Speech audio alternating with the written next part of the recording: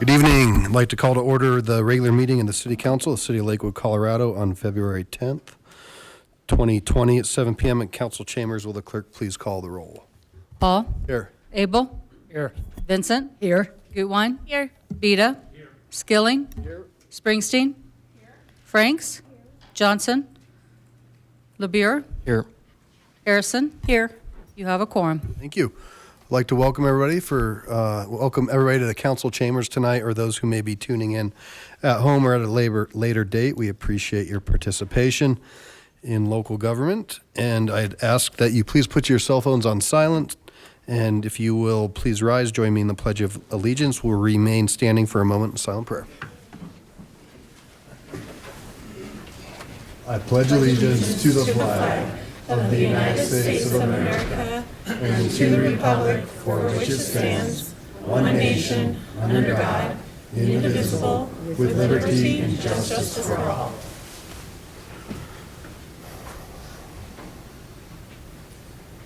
Thank you. Please be seated.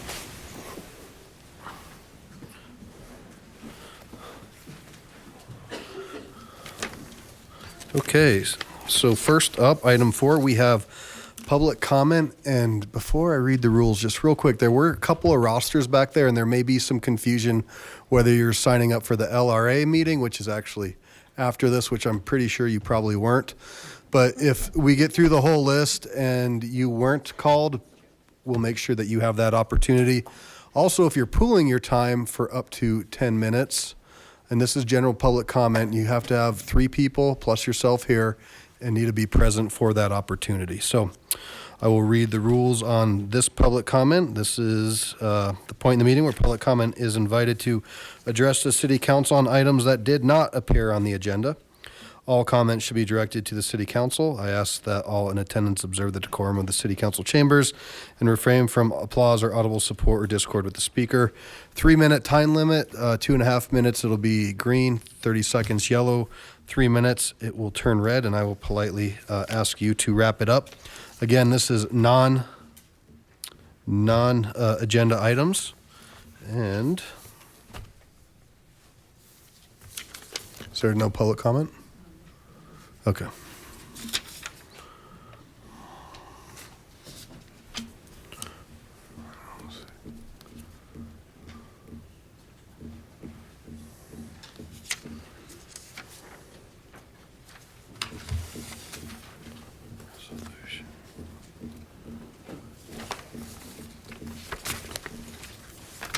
Thank you.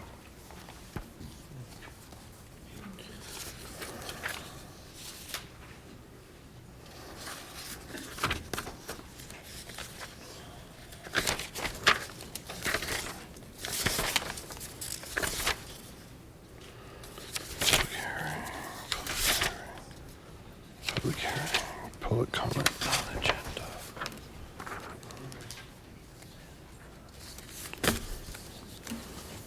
Okay, first off, we have Brian Hooten.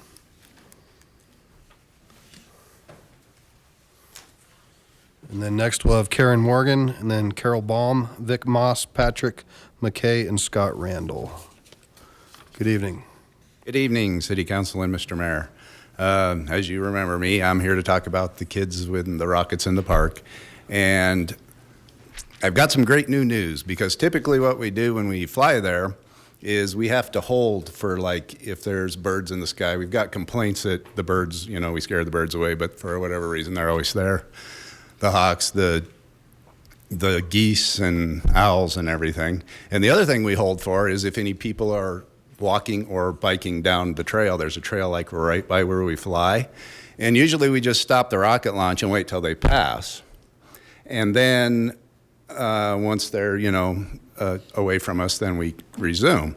But what we've been doing over the past couple of weeks or the past couple of launches actually, is actually engaging with them because they are independent. I mean, you guys have all heard from, hundreds and hundreds of people that believe this is a good idea, I believe.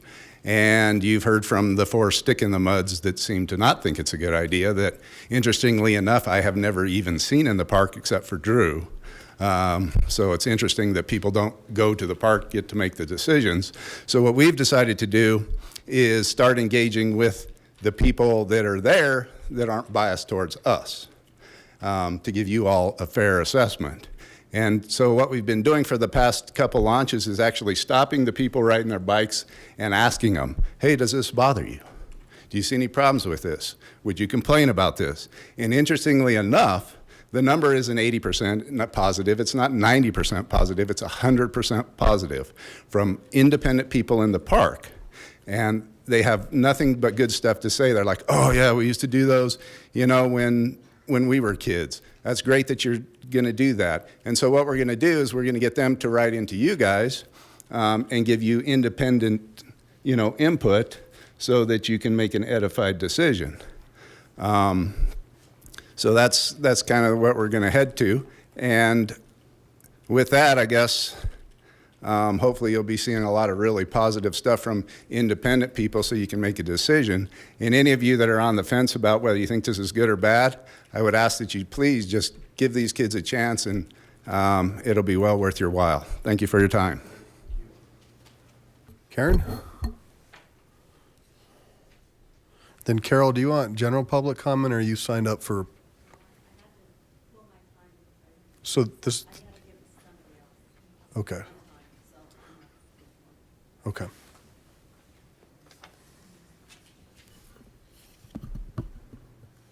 Good evening. Good evening. Thanks for being here on this snowy night. I'm Karen Morgan, a Ward 4 resident. I am also with the Crash Model Rocket Group with Brian. I feel the same as Brian, that we're something of an anomaly because Lakewood is such an inclusive community. They have so many activities and they make so many accommodations for so many people that it's just strange to me that model rockets, as far as from what I know, there can be no accommodation. It's one of the only activities like that. We're just told that we have to leave the park completely. There's no discussion. That's just the way it is. We have all sorts of things going on in Lakewood. We have whole parks devoted to Frisbee golf. We have pickleball. I don't even know what these things are. They sound like fun. They look like fun. I haven't gone to play any of them, but it looks like great fun. And our parks made that happen. Our city staff made that happen. They accommodate new things. We accommodate all sorts of popular activities like biking. Biking's very popular. It comes with its own problems. It's crowded there. We don't tell bikers it's too crowded, stop completely. We're never going to have a biker here again. We say we're going to have more funding coming in. We're going to make it happen. Our city staff makes it happen. We make that happen. Dangerous activities. Swimming is a dangerous activity. It's not shut down. We've had accidents in the park. We've had all sorts of things. But model rockets, for some reason, is completely shut down. Kicked out of the parks, kicked out of the entire city. This is a long-standing activity that we have had. It's been over 30 years. I feel bad wasting your time with this. I mean, it's a toy. We take the kids out, we're learning science. But it's a policy change. No matter what, after 30 years of doing this, no matter how you look at it, it's a policy change. And policy change is up to you. As far as I know, nobody on council instigated this. I feel bad wasting your time asking you to stop it, but that's where we're at. So please take the opportunity to stand up for us kids in STEM and families in the history of the policy that's in place and just reaffirm that we can do this. Thank you. Thank you. So I have Vic Moss, and it looks like you have Jeffrey Hong, Chuck Adams, and Mr. Stanton. Y'all raise your hand real quick. There we go. Thank you. Good evening. Welcome. Thank you. Apparently this is aviation night in the park. I'm here to talk about drones. Found out this morning, y'all got email from me. I don't know if you had a chance to read it or not yet. This was all rather last minute, but Lakewood has basically closed down and made illegal the fastest growing industry in the country by closing the entire, everything under the city-owned property to drone flights. That includes all public right-of-way, including streets and sidewalks. Now, in theory, this was originally a park rule. This is how it was written back in September. It was September 19th, I believe, that the Parks Department, the city, somebody or another, I can't remember exactly, instituted this new rule. And it's under the park rule, but if you go through and read the language of the ordinance or the rule or whatever we want to call it, it includes every city-owned property and right-of-way in the city limits. I even emailed this morning another email, the Parks Department about this, or actually I filled out a permit and got a comment back denied, and asked a little bit more about what exactly public right-of-way meant, and that's when I was told it also means all cities and all city streets and sidewalks. So that's an issue. A little bit about myself first, so you know I know what I'm talking about. I'm a commercial drone pilot, have been for 6 years, and I've been a Lakewood resident for 30. I own a business. I own a photography business here. I also am a co-owner of a drone school in Albuquerque. We're a flight school and we're an online community. In addition to my paid jobs, I'm an FAA Safety Team Drone Pro. That means when there's an issue with the FAA, somebody reports a drone person to the FAA, I get a phone call. I'm asked to go out and then talk to these people. There are 3 of us in the Colorado-Wyoming FSDO. It's actually out of Denver. FSDO is Flight Standards District Office. So there are 3 of us that are called Drone Pros for the Colorado-Wyoming District. One of the other ones, Joe Morales, could not be here tonight. He is also a Lakewood resident. So you've got some pretty serious knowledge in your residence base here. I'm also on the FAA's Drone Advisory Council Task Group, and I help them figure out different waiver situations. And I've also worked with a number of different cities across the state in the last year and a half, including Breckenridge, Thornton, Greenwood Village, and actually Silverthorne. I'll be up there Wednesday night talking with their city council as well. They passed some ordinances last year. I got in touch with them. They put me in touch with their lawyer, and we've worked out a compromise, which is almost all the way there. So I'll be up there talking with them Wednesday to try and get their ordinance a little better settled. This was short notice, like I said. You all got the email this morning from me. In the short notice, in less than 10 hours, we've got 7 different drone operators here to talk about this tonight. I'm taking 3 of their time. The other 3 will talk as well. I'm also a nationally recognized voice for drone safety and reasonable drone regulation. It's what I do. I don't get paid for it. I'd love if I could figure out how to monetize that, but as of yet, I have not. I say all that to say this: I know a lot about drone laws and drone regulations, not to try and build up my ego or anything like that, just to kind of let you know who I am. When I read this morning, the law, rule, park rule, whatever we want to call it, first of all, it's not in the ordinances. It's not in the charter. So I don't know what you would call it. I don't know how it'd be cited for something that's not in the charter, but I guess a park rule, a ranger can cite you. But I was a little upset, a little embarrassed when I read it this morning. First of all, upset because it does shut down my industry. It shuts down my hobby. I'm not just a commercial pilot, but I'm also I'm a recreational operator. And embarrassed because one of the things I talk about in a lot of the meetings I go to and a lot of the national conventions I go to is I tell people to keep an eye on things in your own local city. And I didn't. I thought I did because I was working with Scott Carpenter starting in 2018 about all this stuff going on with the park rules. And I quit hearing from him about, I want to say May or June of this year. And when I emailed him this morning, it bounced. So I'm assuming he's no longer a Lakewood employee, which would understand that. And I know I accused the city of shutting us down. Y'all didn't do it. It's the park. And I understand that, like with the model rocket people were talking about, it's not y'all's fault, but y'all can fix it. And I agree with what they're saying too about rockets. I mean, that's some pretty cool stuff to watch.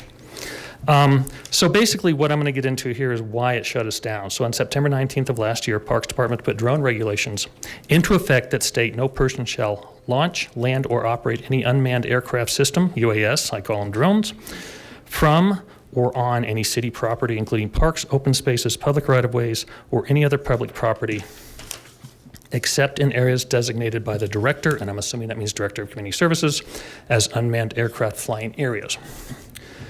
Now, this was supposed to apply to the parks, but like I said, when I got the email confirmation earlier today, it also includes all Lakewood right-of-ways. So that is an issue. I've been flying drones in Lakewood since 2014 when I got into this business. I fly them from my city sidewalk. I fly them from my street. I fly them from my driveway. But I also fly them from Green Gables Elementary because my children went there. I've worked it out with the principal, and she allows me to fly there. That's no problem. I'm a little upset in the fact that I was part of this process at the beginning and nothing ever came of it. And it's pretty obvious to me that the city attorney really didn't do his or her job very well, because there's plenty of information out there about what cities can and cannot do when it comes to drone regulations. I want to go over those just a little bit. One of the things the FAA puts out is called state and local regulations of unmanned aircraft systems.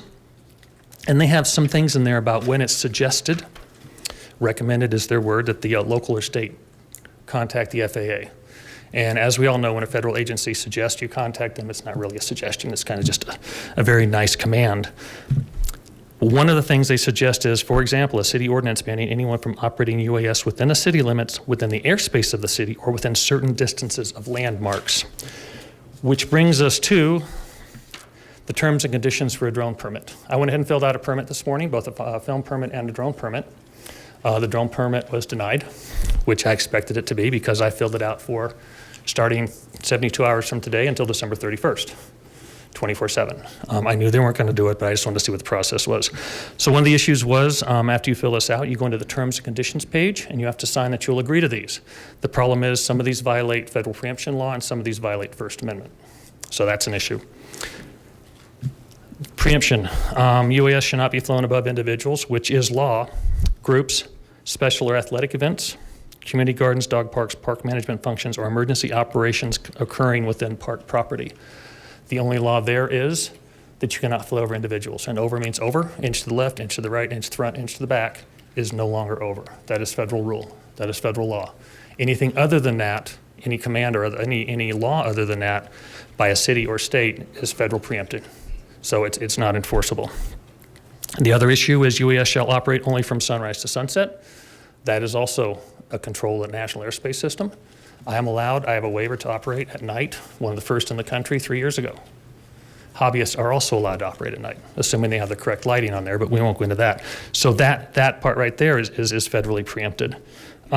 Should not be land or launched, land, or flown from any moving vehicle. That is also, you're allowed to fly from moving vehicles in a sparsely populated area. Odds are there's not a lot of that in Lakewood, but still, it's the law.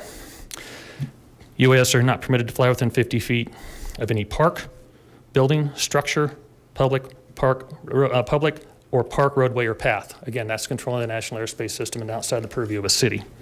Parks otherwise. Use of a camera on UAS property over, Use of cameras on UAS over park property is prohibited. That's a First Amendment issue. It would be like saying you can't take out your phone and take pictures of your kids playing soccer. Same thing. Phones on the ground, drones in the air, still taking pictures, public thoroughfare. National airspace is public thoroughfare, so you cannot be controlled from that. And then I see some firefighters here, so they may not like this next part. Notwithstanding or foregoing, UAS used for official government or other approved agency functions shall not fly over park property without prior written approval of the city's Director of Community Services. That might be an issue if they're out there in the park searching for a lost child. If they're out in Addenbrook, the whole west side of Addenbrook is fairly wild. So let's say a kid fell down. UAS could be put up and find that kid in less than a minute. Whereas if you're trying to do a search party, it's going to take a couple hours maybe. That's a big park. Maybe not that. Maybe I'm over-exaggerating that. I have more, but it looks like I'm almost out of time. Rather than just sitting up here complaining, I also have to offer some suggestions. Like I mentioned, I'm pretty darn well qualified. Lakewood has got quite the pool of qualified people, probably better than any city in the state, not to mention most in the country when it comes to drone regulations. I am more than welcome are more than willing to sit down with your city attorney, with your parks people, and get this straightened out to the point where we can fly. Somebody else is going to come up and talk about park permits, which is also a major issue with us trying to get our jobs done. So that, I think, is it. I got 10 seconds left, but I won't use them. So thank you very much. I am available for any questions. Great. Thank you. Thank you. Patrick McKay and then Scott Randall.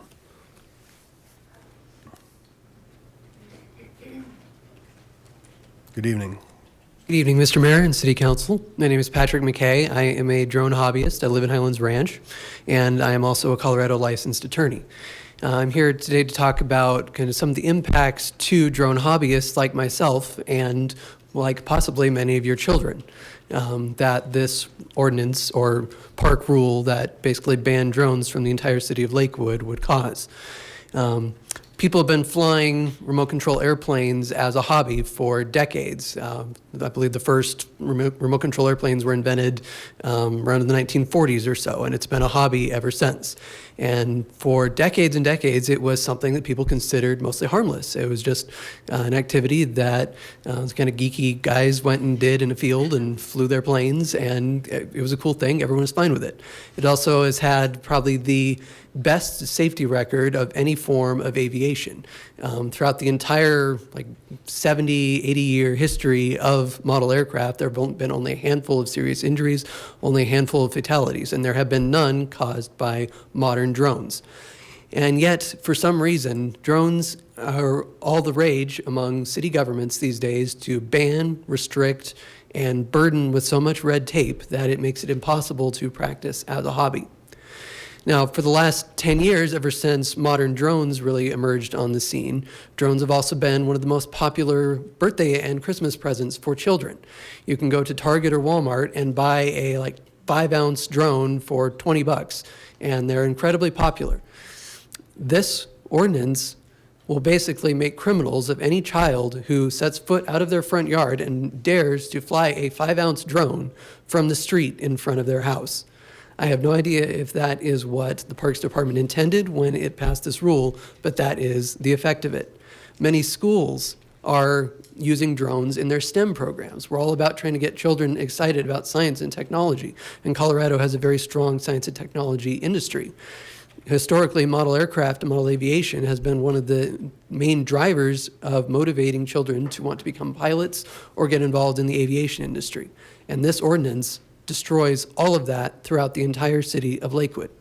Lakewood has some beautiful parks, Green Mountain, Bear Creek, and yet you don't allow drones or model airplanes to be flown anywhere, even though there's plenty of room in any of those parks for that. So as it stands, the only way you can legally fly a drone in Lakewood is if you own property in the city and you fly from your own backyard, which may not be the safest place to fly. If there's trees, there's other houses, there's other people around, a park would be far better, or even a street, like a parking lot or something. So I urge you to reconsider this rule and work with the drone community to allow drones to be flown by hobbyists such as myself and the children of this community. Thank you. Thank you. Scott?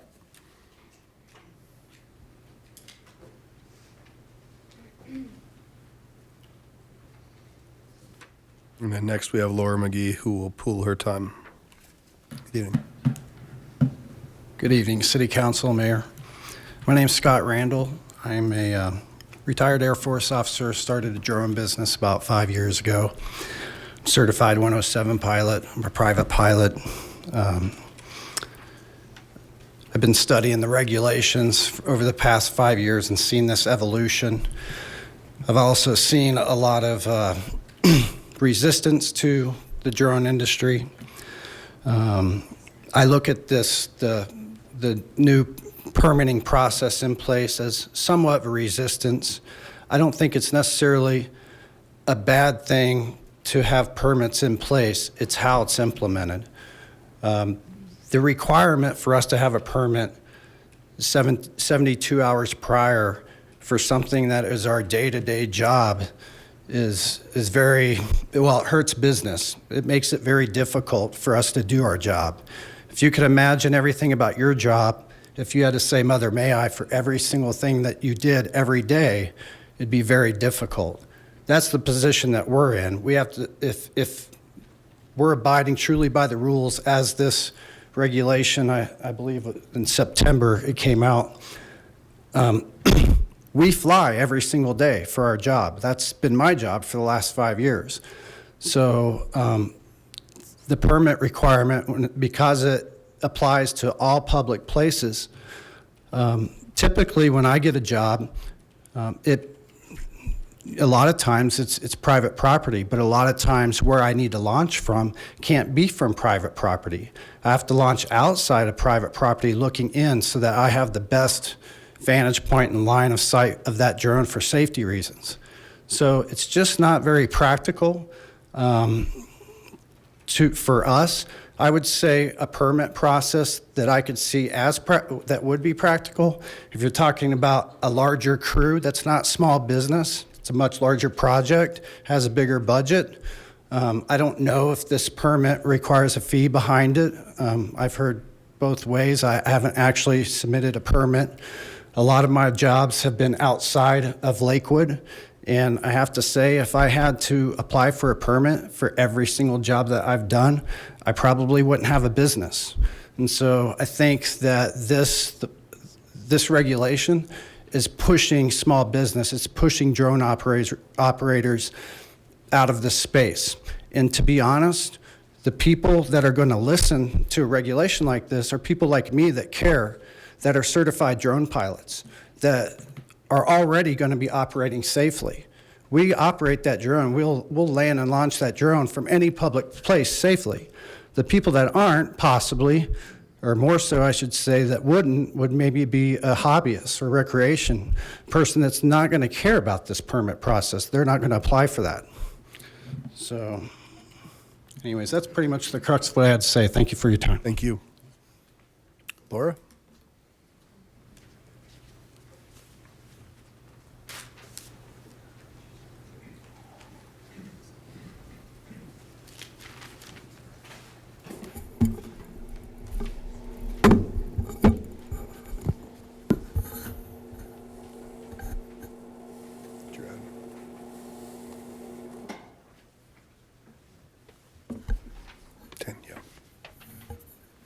So good evening. I'm here to speak to you tonight on the blight resolution that you passed at your last council meeting. Mr. LeBure, thanks to the many recesses that we get in recent meetings, I have had the opportunity to meet quite a number of your Ward 2 constituents. And they speak highly of both you and Ms. Vincent in your efforts to help them with their issues with inappropriate zoning and other things. And so it tells us that sometimes the appearance that we get from the dais is not necessarily what is going on out in the neighborhoods. So I'm here to appeal to you, since, as Mr. Skilling said, and Mayor Paul said, you sort of started all of this. So we have some issues in Ward 2, but we have in fact now and are going to live with a very broad brush around the city, which is creating spot zoning, spot blighting. So since we can't do spot zoning, it's hard to understand how we can do spot blighting. I understand that a majority of you don't feel like there's any issue with this resolution. You think it's okay. We'll go through a couple processes, see what we need to have happen. The purpose of the resolution was to establish the rules and procedures and to set the definition for blighted. It's very unclear. What is the process? What are the rules and procedures? So we heard staff talk about the checklist and the definition in the state statute. Property owner comes. How do they come? They knock on your door? They just show up at council? What are the procedures for all of that? They have a consultant who's checked all the boxes. How do you say no? They have 4 boxes checked. Is this like other things, like allocations, like other things in the past, where you're limited to, you can't say no.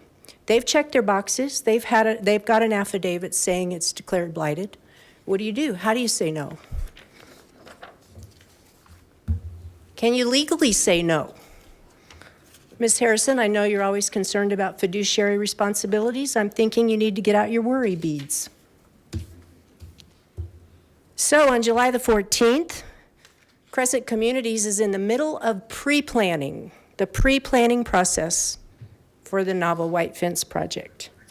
Pre-planning actually started earlier.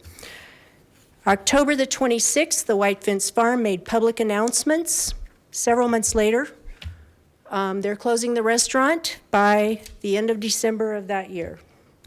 January the 25th, public auction at the White Fence Farm. From January the 26th to June the 1st, the property deteriorates rapidly, extensively. All kinds of break-ins. Police are routinely called for service. Weeds, broken windows, homeless, drugs, fires. From June to the end of 2019, additional break-ins, police calls for service, water pipes break, homeless, drugs, weeds, garbage not removed, and so on.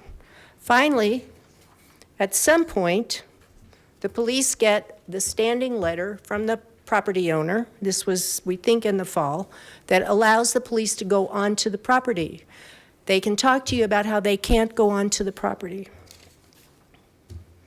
The definition of blighted by state statute.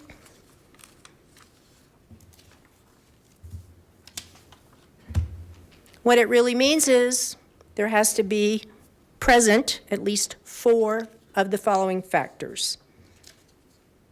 The statute identifies 12 factors.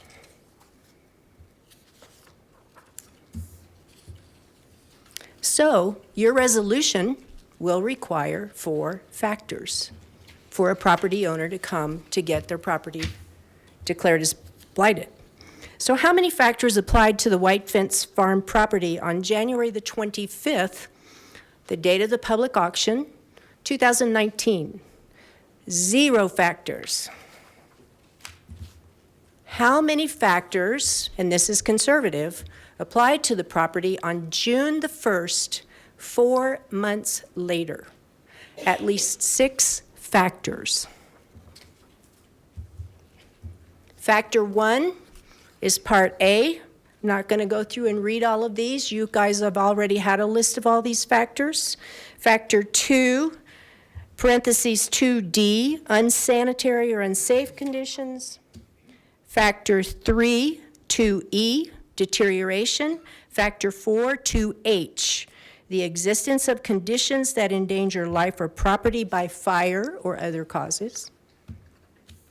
Factor 5, buildings that are unsafe or unhealthy, etc. Factor 6, the existence of health, safety, or welfare factors requiring high levels of municipal services. I would say a lot of police calls qualify as that. So that's 6.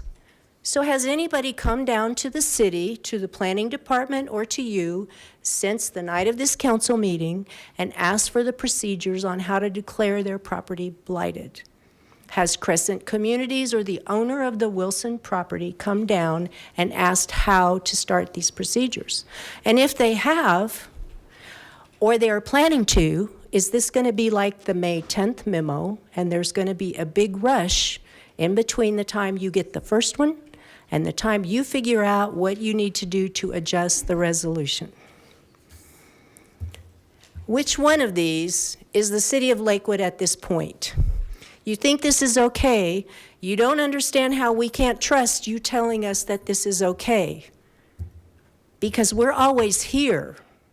Intent plus words does not equal subsequent actions. We have too much evidence. We've had too many incidences where we are told one thing and the actions are the opposite of that. I don't understand this, how we do spot blighting. So you have a meeting later tonight. The citizens of Lakewood actually voted on how they wanted designated blighted handled, and that is, you guys set up this reinvestment authority. So blight, you know it when you see it. Well, the comprehensive plan, I know incompatibility to the comprehensive plan when I see it, but that doesn't really seem to get us anywhere. Doesn't get us anywhere in the planning process. It doesn't get us anywhere here in public hearings. Basically, you're using the urban renewal law definition of blighted out of context. You've ignored the safeguards that are built into that law because that law says you have to have skin in the game. And so you make the decision, but it's really taxpayers' skin in the game that's at stake here. So did you really intend to box yourself into a corner with this resolution? And if you still believe you haven't boxed yourself in, I would really like a thorough explanation on how these procedures are going to work and how you're going to be able to tell somebody no. Because you've already said in reviewing allocations, the only thing you can look at is the number of allocations. So why would this be different? You have a number of factors you're going to look at. And how can you say no if those factors are there? Do you really intend to reward property owners for a deliberate plan to put their property in disrepair and deterioration so that it can be declared blighted? Do you really intend to reward that? Even in Ward 2, properties other than the issues that you have. Because this is what you have set up with this resolution. And do you really intend to exclude neighbors in surrounding neighborhoods to a property where the owner goes and wants it blighted? Are you going to exclude their input there? Because that's deliberate deterioration. And do you really mean to go through the process a couple of times until you figure out the gaming of the system? Since you're all really aware of that, shouldn't that have been fleshed out in the beginning? And shouldn't staff have brought forward information with the background in this resolution to give you a heads up to that?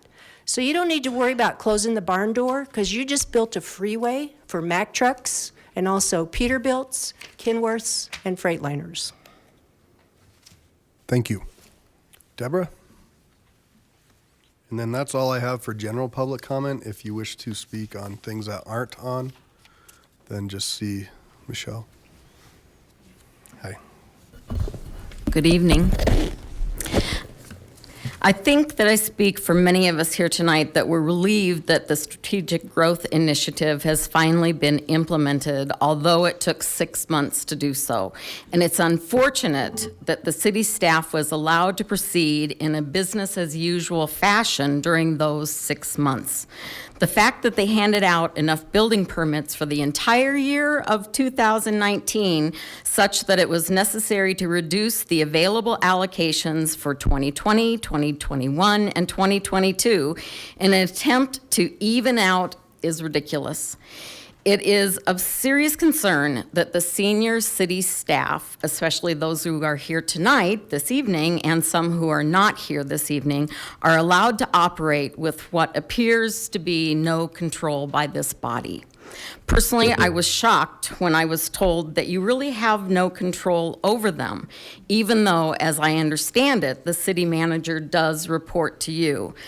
If the city manager reports to this body, doesn't it mean that the city manager should, in theory, be taking direction from you? With regard to the late night resolution of 2020-7 to define blight in relation to the SGI, in listening to the city council discussions over the months leading up to its actual implementation at the end of January, it was obvious that a number of you were looking for ways to get parts of your wards excluded from allocations in any way possible, and this resolution was it. I do think that some of you had no idea what this resolution could do or why others of you were pushing so hard for its adoption. And the fact that it was adopted at as the last item during your marathon 7-hour meeting may not have been a coincidence. There was no time for true discussion of the ramifications of this resolution, nor the allowance for any public comment. As has been previously outlined this evening, sorry, I lost my place. As has been previously outlined to you, this resolution opens the door for extreme misuse of the intended purpose of blight, such that developers and property owners could cherry-pick properties, find ways of blighting them, perhaps providing financial incentives for no longer keeping them up and getting around the allocation process. The fact that some of you seem to think that this is acceptable is not appropriate. The White Fence Farm is just one example of such a property. But you, City Council and Mayor, can now do the right thing for your constituents and amend this resolution such that any determination of blight must be approved by you at your discretion so that it is not misused to get around the SCI. Thank you. Thank you. Madam Clerk. Gene Givens.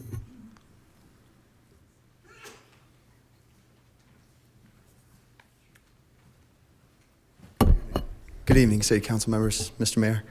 My name is Gene Givens. I'm a small unmanned aerial systems pilot certified by the FAA, and I don't live here in Lakewood anymore. I grew up here, and currently I was trying to do some business here, and I found out that for the meeting that I have to go to tomorrow to meet with a realtor to establish some properties he would like me to shoot aerial video and photos of, that I need a waiver 72 hours in advance, or rather a permit 72 hours in advance in the city of Lakewood for me to fly from many locations that I would normally take off and land from. And so now most of his MLS listings, he doesn't get 3 days notice on. So the amount of business that affects for me is extreme. I can no longer take business in Lakewood. I can't promote local business or local real estate with my aerial photography or imaging because it's not reasonable to ask my clients to have 3 days notice to get what I need from the city and to enable me to do my job. That's all I actually have for you tonight. Thank you. Great. Thank you. Carol? Carol Baum. Is that it, or do we have more? Okay. So if anybody else wishes general public comment, please see Ms. Millard. Good evening. I was confused about something, so that's why I didn't come over earlier. Good evening, Mayor and City Councilors. I want to talk about 5G, which is very important to me, and there's a lot of other people that it's important to. But So, Ms. Baum, we're going to talk about 5G at the public hearing. oh, So this okay. is just general public comment Oh. for non-items. Okay, but I don't want to talk about 12 and those that are on the agenda. Okay, those are 5G.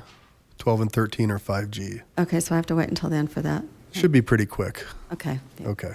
Thank you. Anybody else? All right, I will close public comment. To our drone folks, I think it merits a further conversation with our city staff. And I know after speaking with our city attorney, our director of community resources would be happy to sit down. I think there could be some certain miscommunications. And when you look at this, certainly you have your interests, but then you also have privacy interests. You have other business interests. So there's a lot that compete here. So I would encourage you to sit down and share your expertise with our staff and see if we can work from there. I don't know, Ms. Hodson, if you want to add anything. Yes, thank you. I would just add two quick things. One is that Steve Carpenter was our urban parks manager. He actually retired right in the time frame that was identified today, and I think he worked for the city for about 43 years, so it was well deserved. He is replaced by a gentleman named Jim Hasselgren. Phew, I almost forgot Hasselgren, and so we can sure contact him as well. As it relates to, as I understand, the permit that was applied for actually went to the wrong department, and it went to our Channel 8 folks. So so there was a miscommunication amongst staff. So we will straighten that out to make sure that the permit process goes to the right department. It went to our Channel 8 folks who inadvertently denied that. We are really interested in hearing from these experts and these pilots. You will get a whole package of recommended rules and regulations for our Community Resources Department. It's taken us years to get that done, and it addresses a whole lot of different issues, and drones being one of them. So you will get that when it's all gone through all the internal reviews. So you'll be able to look at this again. Thank you. And to clarify, so when something goes to Channel 8, that has more to do with commercial filming type things, rules that we have in place for all kinds of filming within the city. That's right. So- That's right. Thank you. That was probably the discrepancy. So we have your information. I don't know who you've been in touch with, but we'll make sure you are in touch with the proper people. Okay. Ms. Hodson, executive report. Yes, thank you. Okay, quick transition. So last week, the city council meeting was canceled because of the weather. And I wanted to let you know, I know that was going to be a conversation around metro districts, and I know that's a topic of high concern in our community. So that has been rescheduled for April 6th. So the meeting canceled last week has been rescheduled for April 6th. At our recent planning session meeting, we were instructed to go ahead and get the water in Lakewood study session scheduled. And it takes, as I told you earlier, we have about 7 speakers, I believe, for that study session. So we're hoping to have that study session sometime in May. And great news, the sidewalk, the Sheridan sidewalk from 6th to 10th Avenue the construction activity is finally starting after all this time. And that means mobilization, erosion control being installed, and those kind of things. So you'll finally see some activity over at the 6th and 10th, between 6th and 10th on Sheridan. And remember, that one took a whole lot of design and engineering because of the topography over there. But at the end, we will have a trail or a path that is much safer for our pedestrians. We have preliminary results from the end of year finances, and the finance department is continuing to analyze our tax revenues, but they're cautiously favorable. So we'll let you know when we have some audited figures, but things took a turn. It looks like we had a pretty good holiday season. So that's great news. The department heads were able to save a little over 5%, and that really helped save us. So hats off to our department heads. And it's my pleasure to announce today the permanent appointment of our new Human Resources Director, and that's Corey Peterson. And you got to see him again at the planning session. I want to tell you just a little bit about Corey. He came to Lakewood in 2017 with over 26 years of leadership experience from the federal government while serving in the United States Air Force. He has designed graduate level education programs for military students from over 76 countries and served as the Dean of Education for a NATO school. Corey's final assignment in the military was as Chief of Staff to the Commander of Special Operations Command North, where he was responsible for oversight of human resources, budgeting, intelligence, operations, security, long-range planning, and internal communications for the multinational regional headquarters. This is a real talented individual, and we're thrilled that he will be our HR director. So I wanted to let you know, congratulations to Corey Peterson. And finally, to remind you, we are scheduling the follow-up meeting to the council planning session. We're hoping for a day in March. Staff is working on the corresponding tasks, and we're hoping for the 16th, but that isn't final yet. But we're looking for that follow-up so that we can tie that all up and get moving on your planning goals. And with that, that concludes my report. Thank you. Thank you, Ms. Hodson. And I'm going to do just a side note real quick, since we were talking about scheduling. You'll see, or if you have not seen, we've canceled the March 2nd study session, and in its place, we've implemented a special meeting that'll be essentially from 6 to 9, but it may go later than that. We have had a judge's vacancy. Judge Ramsey's retiring after, oh, goodness, 20 plus years, maybe 30. 29, almost 30. Almost 30 years. So this is very rare, but there's a judicial review committee that interviews via, I think, one of the chief district judges and makes 3 recommendations to the city council. Those recommendations were sent to you today. So we will do interviews on that night. We need to fill that position. And so that'll take at least 3 hours, and that will be an executive session as per the rules of this process. And to reiterate, the council hires 3 people city manager, city attorney, and chief judge. And then the judge is then retained by the voters after that. So just a quick scheduling note. And we will start that at 6 p.m. Cool. Okay. Thank you. All right. We'll move into the consent agenda. This is the point in the meeting where the public is invited to address the city council on items that did not appear on the agenda. That's public comment. So we're going to move to consent. Forgive me. The use of the consent agenda has been made to expedite council action. It contains both resolutions and first reading ordinances.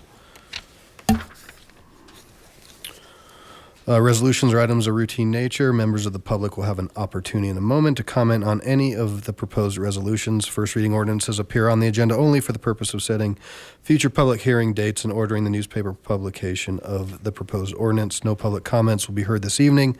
On first reading ordinances, the public will have an opportunity to comment on the proposed ordinance during the scheduled public hearings on the dates set tonight by City Council. Any council member may request an item on the consent agenda be removed for separate discussion and action under general business. Will the clerk please read the consent agenda? The consent agenda consists of items 6 through 10 inclusive. Item 6, Resolution 2020-10, expressing the intent of the City of Lakewood, Colorado to enter into financial obligations in the approximate aggregate principal amount of $6,700,000 to finance golf course irrigation replacement and defease an existing lease purchase agreement. Item 7, Ordinance O-2020-4, amending Section 3.04.090A of the Lakewood Municipal Code to allow construction projects to be awarded up to $10,000 without competitive quotes. Item 8, Ordinance O-2020-5, amending Title 10 of the Lakewood Municipal Code pertaining to vehicles and traffic. Item 9, approving minutes of City Council meetings. City Council meeting August 12, 2019. City Council meeting November 25, 2019. Item 10, accepting minutes of the boards and commissions. Board of Appeals, December 10, 2019. Thank you. I'll now open public hearing. Nobody's indicated a wish to speak on any of the consent agenda items. Seeing none, I'll close public comment and ask for a motion.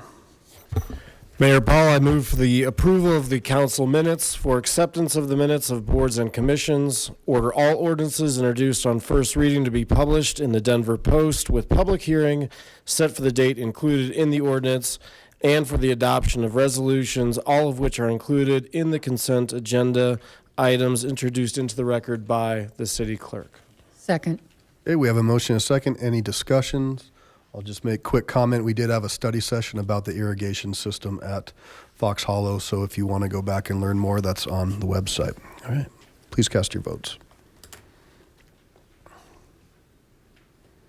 It passes 10 ayes, 0 nays. Okay. Will the clerk please read item 11? Item 11, Ordinance O-2020-3, amending certain provisions of Title 14 of the Lakewood Municipal Code to authorize temporary shelters in places of religious worship. I'll now open the public hearing. Nobody's indicated a wish to speak at public comment. Seeing none, I'll close public comment and ask for a motion. I move for the adoption of ordinance 0-2020-3. Second. And just to clarify for those who may not know, we have a severe lack of sheltering opportunities and options in the city of Lakewood. And currently we have a severe weather shelter network where on certain nights when it's a certain degree Fahrenheit or precipitation in a mixture, we house folks at churches. Our fire marshal who is here has really been working hard. Chief Krull is here with us with these folks because as you can imagine, technically these aren't set up to house people. So this sets up some guidelines which will aid us in housing those most in need. And so I really appreciate West Metro's engagement on this severe weather shelter, all of our folks. And we're not the only city. I think most of the cities in the county are looking at adopting this similar approach, which goes along with what Ms. Hodson and her colleagues of the city managers throughout the county are really working on different ways we can tackle homelessness. Sheltering is a big part of it, so I'm excited to support this. Any other comments? All right, please cast your votes. 10 ayes, 0 nays. Okay, will the clerk please read item 12? Item 12, ordinance O-2020-1, amending Lakewood Municipal Code, Title 12 and Article 10 of Title 17 to reflect changes in state and federal law relating to wireless services and communications. Great, thank you. So I'll now open the public hearing on item 12. We have a presentation, and Mr. Fellman is going to come down. We've also had a lot of interest, as you can imagine, and council's done a lot of work, and so we'll have some folks who are pooling their time, and I'd encourage them to engage in kinds of questions that you might have for Mr. Fellman when you come forward, or things that you hear that he can then address after public comment. Mr. Lammers? I'm just going to set it up here.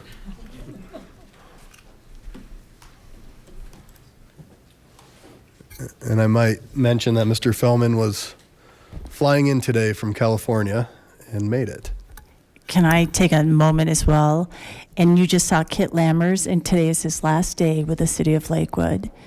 He's moving on to the city of Edgewater, which is a wonderful opportunity for him and a real loss for us. So we wish him well and thank him for his many years of service with Lakewood. Thank you. How many is many? 20. Nice. Thank you. We'll miss you for sure.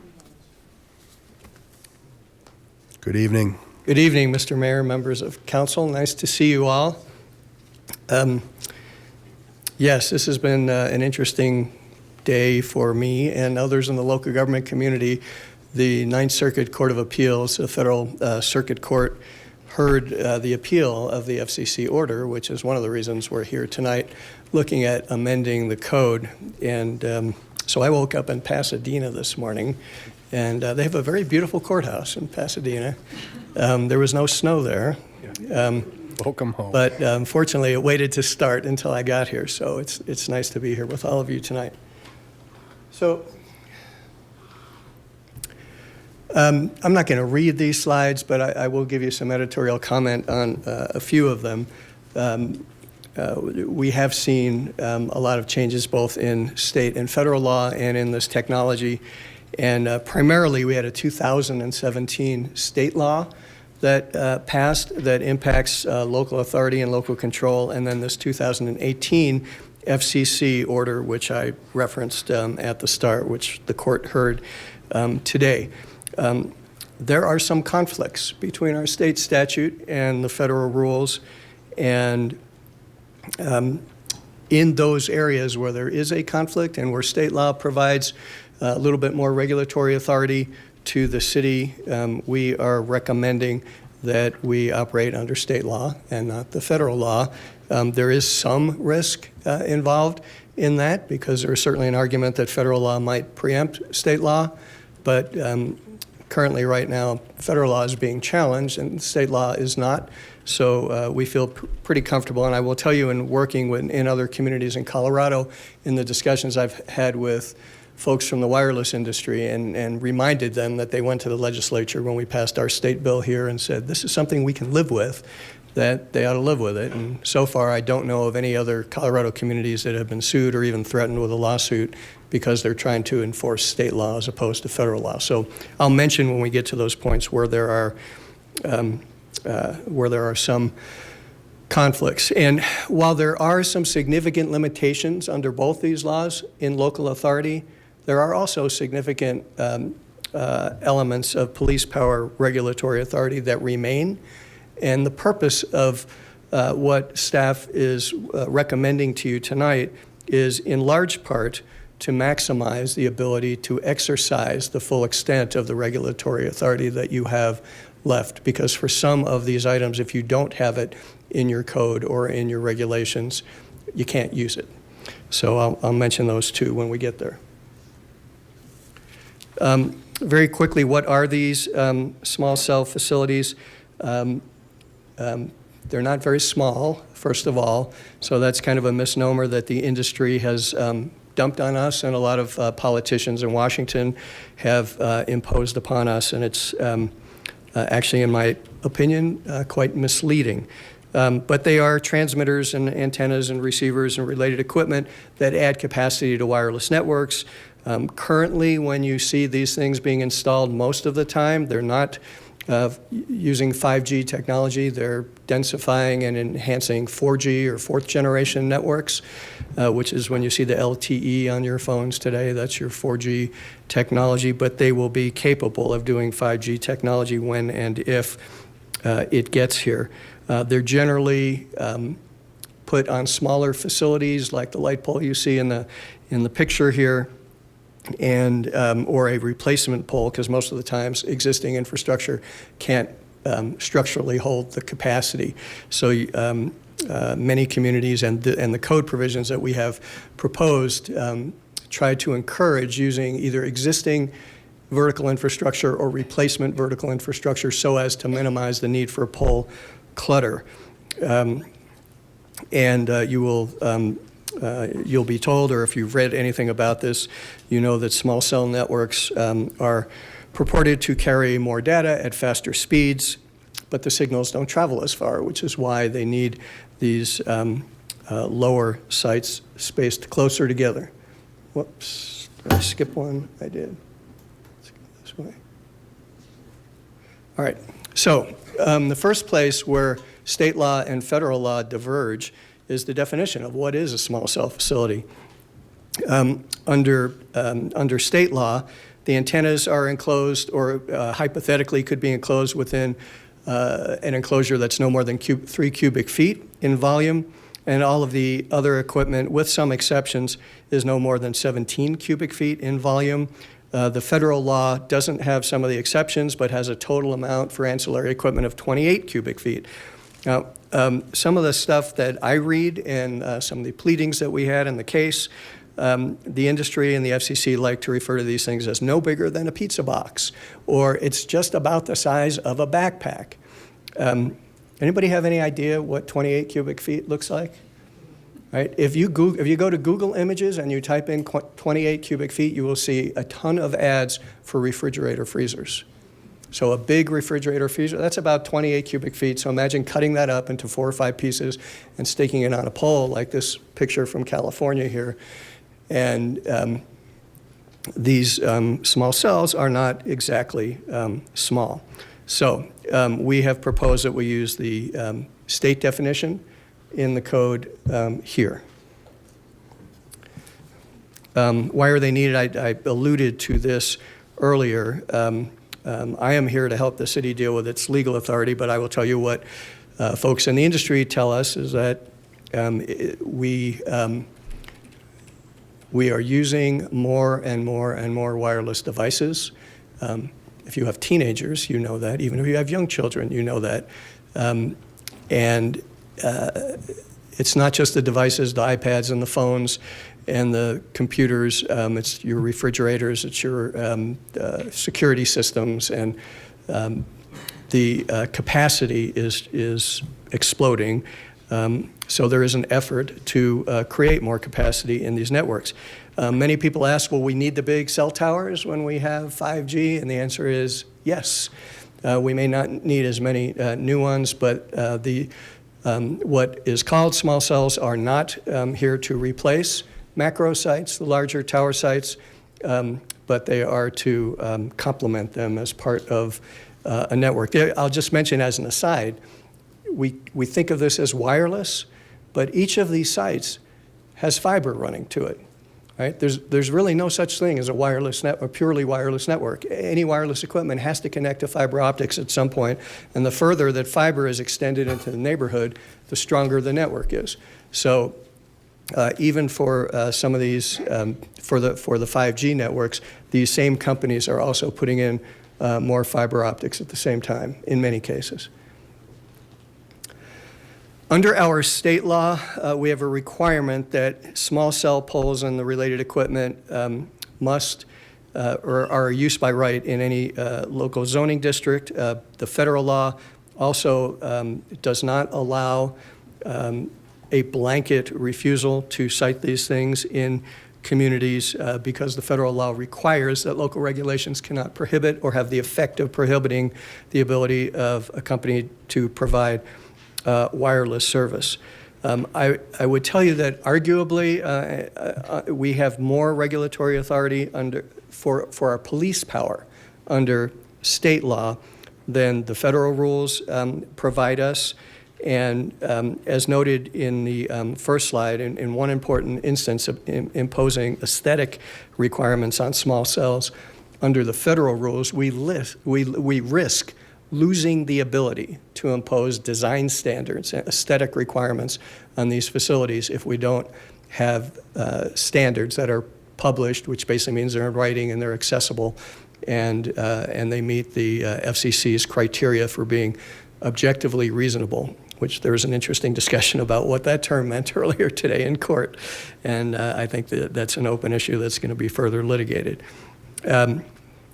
The other issues that are in the proposed amendments to the code deal with how the city will deal with these sites in the case of an emergency. If the city's doing work in the streets and we need to require some of these things to be powered down, how the city will do that to ensure safety, and how we deal with interference with other facilities, both physical interference and radio frequency interference if there's interference with public safety communications. We do not cover that well in the existing code, and that's one of the areas that we worked on improving in these amendments.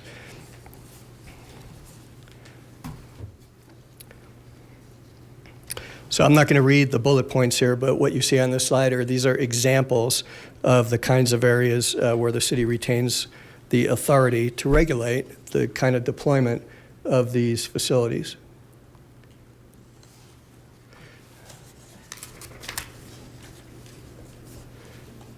The staff is also proposing adoption of design standards, or has adopted design standards dealing with these small cells in the rights of way, again, to ensure that the city maintains its regulatory authority under federal law.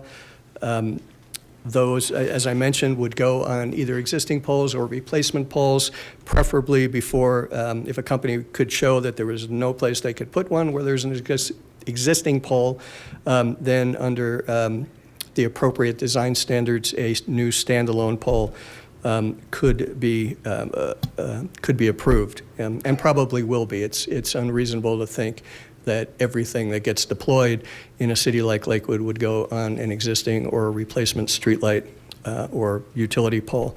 The design standards also address things like equipment cabinets, screening, painting of poles, putting shrouds over the antennas to further shield them, and related kind of issues related to aesthetics. Shot clocks, how fast we have to act once we get a permit. That's another, or a permit application. That's another area where the state law and the federal law differ. In the federal rules, it requires action for a new facility in 90 days and within 60 days if it's on an existing pole or a replacement pole, a co-location. Under state law, it's 90 days across the board. So the current proposal in the code is for 90 days for any kind of small cell facility.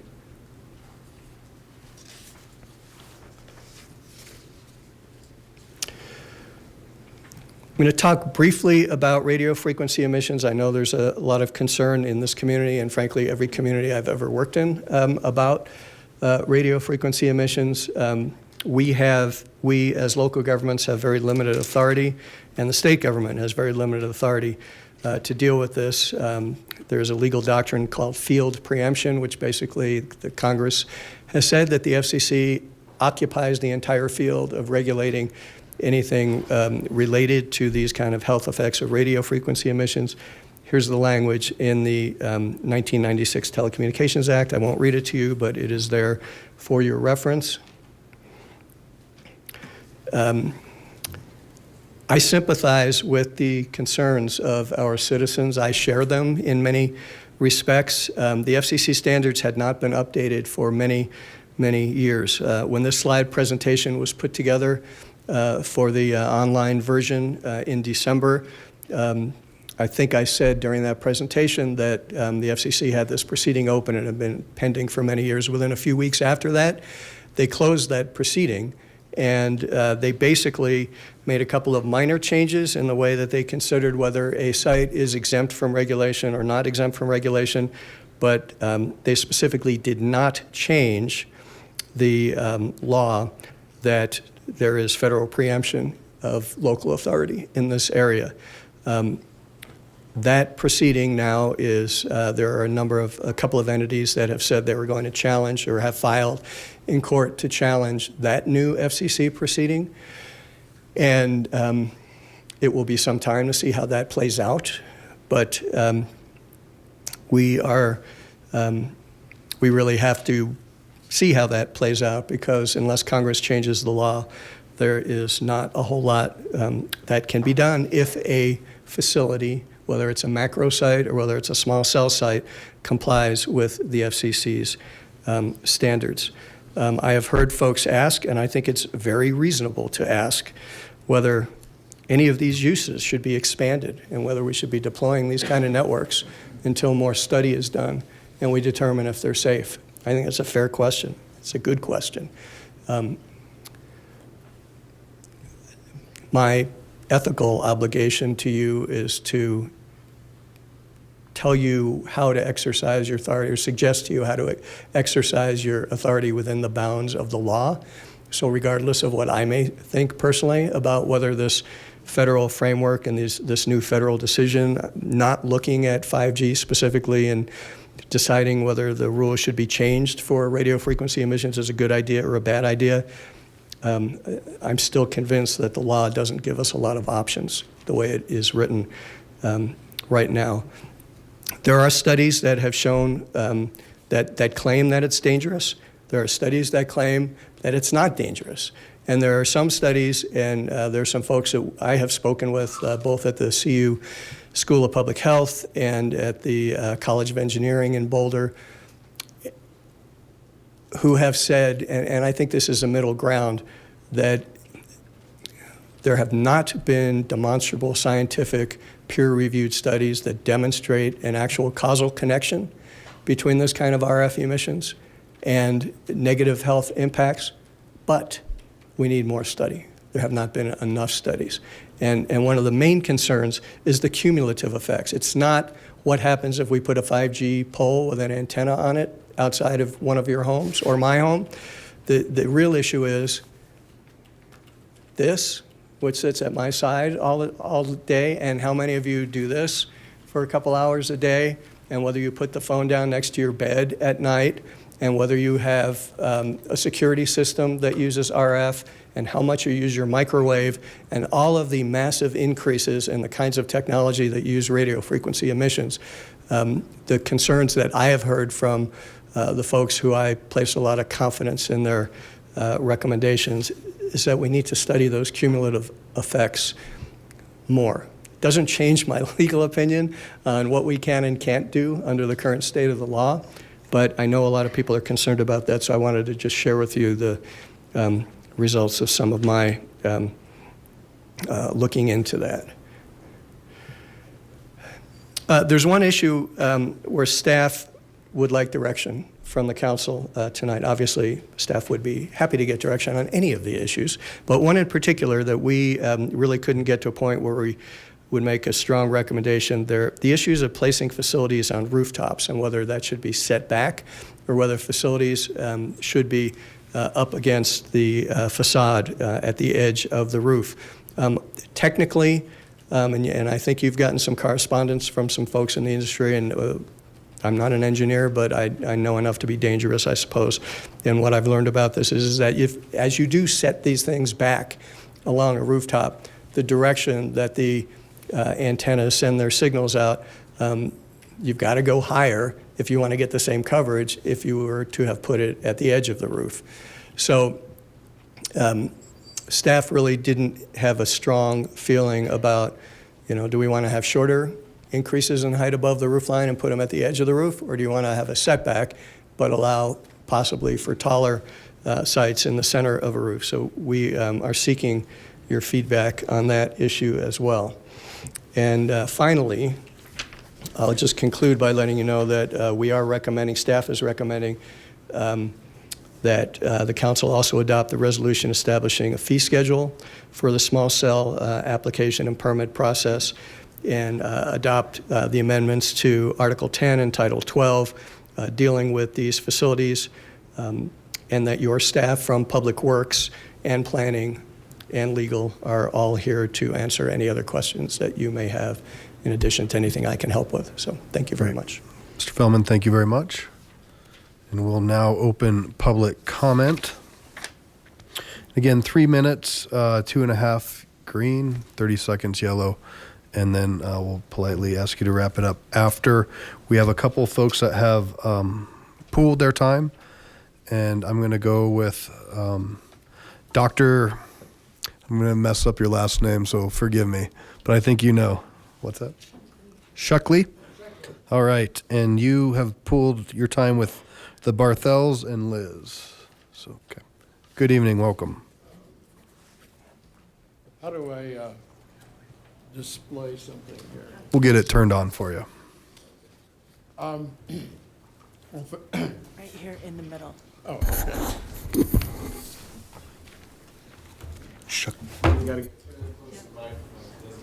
This microphone? Okay, sorry. I didn't have a prepared presentation because I just found out about this a couple of days ago. But I'd introduce myself as Timothy Shackley. I am from Boulder, Colorado.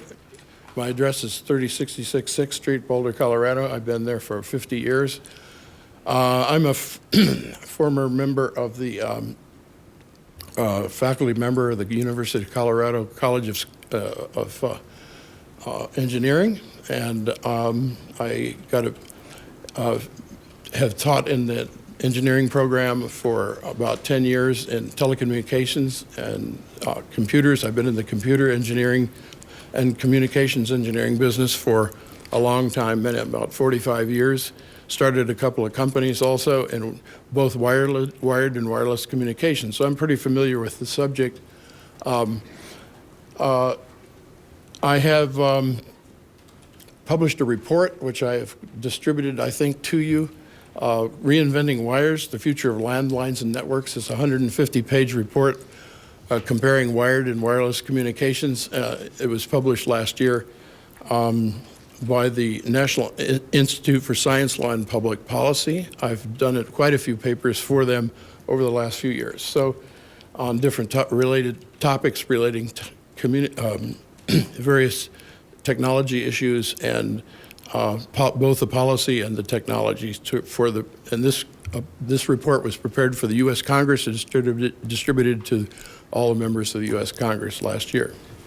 I need some water.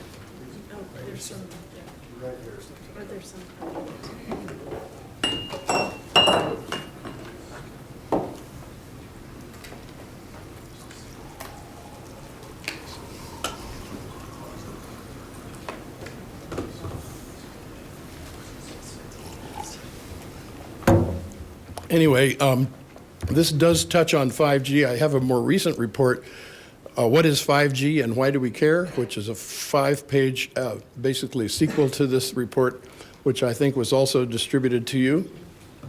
And I would like to first of all, tell you what I'm recommending this evening. I certainly have to say that I think that Mr. Feldman's presentation was extremely fair and reasonable, and he raised a lot of points. I think the only conclusion is he's talking about the law, and he's trying to make sure you don't get sued. But I'm going to tell you that I think there's some more important issues here than whether or not you're going to be sued. And I don't think you're going to get sued. I'm going to request that we move these items, instead of a second reading, we move it to a study session. I think the issues that, particularly from Mr. Feldman's presentation, you can see that this is an extremely complex topic. And there are many nuances. There's clashes between state and federal regulation, laws, and there's debates over the technology, and it's raised to a national and an international dispute at this point, and tensions around it. I'd like to also call your attention to two other reports that I was engaged with. This was a report we did this past year, just published in May, a policy report for the City of Boulder, the City Council of Boulder, talking about this subject and what code revisions can be done to work around the situation in this clash between state and federal regulations. I would think that, and there's more recently, just recently, I was editor of this 20-page report too, on behalf of a number of citizen groups throughout the state. This is a rapidly changing situation, and there's a new group that's not even on here, which is a statewide initiative called Coloradans for Safe Technology, and it's bringing together these groups from Larimer County, Colorado Springs, Aspen, and Pueblo, a number, and it's changing every day basically, because people are realizing that these cells are going up in front of their houses and they don't like it, and they're really worried about it, and I think there's good reasons for that. I have a memo which I will hand, you do not have this, but I would like to pass this out. I have copies here for each of you, but basically what I'm going to say is that there's no rush, that I'd like to move this second reading to a study session where we could look at this more in more detail and avoid a vote on this ordinance right now. The council therefore needs to more fully understand a number of important issues. There is no rush. We can take our time and get this right, and all of the pending litigation and the my glasses here. Pending litigation and the possibility that local control could be restored through suits against the FCC and repealing state law. This is an effort. This document is an effort to repeal House Bill 171193 that Mr. Feldman referred to, and that's just getting going right now. It's a pretty busy session, so I don't know how fast it'll move, but there's a lot of interest in it. Nobody is getting sued. The FCC is too busy. The carriers don't want the bad press and the headaches of lawsuits. The shot clock is just a term to strike fear that we are going to get sued. There are a lot of other worse things that could happen than our being sued by Verizon and not doing our due diligence and fiduciary duty to our constituents to protect public health, aesthetics, property, and value. And I have identified 10 points on this memo that I think we need to take a second look at what Mr. Feldman has drafted and take a look at how we can add a few things to further protect the people. I'd like to respond to a couple of things that Mr. Feldman mentioned in his presentation. I thought, as I said, I thought it was very fair from a technical standpoint. You can see that he says that the state law is not being challenged, but it is now. And there's a grassroots movement, not just here, but all over the country. I just came back yesterday from Fairfield, Iowa. I was invited by two city councils, Vedic City and Fairfield, to present to them on this topic, and also the Maharishi University, which is also located there, which is there's a lot of people involved. And then 2 weeks before, I was in Concord, Massachusetts on the same subject. I've also given talks in this past year and everywhere from, from Tucson to in Taos, New Mexico, British Columbia, several cities in British Columbia, islands, the Gulf Islands. All the people are concerned with two things: getting fiber optic networks to their houses and not being dependent on 5G wireless as their only source of access to the internet. And those are one of the key points that you can see in the document I circulated. As Mr. Feldman said, the small cells are not small. The light poles, all that equipment has to go somewhere, and it's on the public right-of-way. And this whole effort by the telecom industry, which I have been part of. I used to work as a researcher at US West Advanced Technologies in Boulder for a while on their technical staff on broadband access evolution, and I worked on all kinds of access technologies from engineering. The pole, you can see the clutter on these poles, and they have to be in, and it is sort of a stealth measure by the telecom industry to put in, to densify 4G antennas, because even for, although the 5G will require closer antennas, the performance of 4G is improved by having fewer people using a cell at any time. And if the telecom industry had to pay for putting all these, pay the full fare for putting all these small cells out in your neighborhoods, in front of your houses, they couldn't afford to do it. So this is a subsidy. You're subsidizing the telecom industry by allowing them access to your right-of-way. That's what these laws were done. The 20 states passed these laws, including Colorado, in the 2017 timeframe, and it was a form of subsidization of the telecom industry.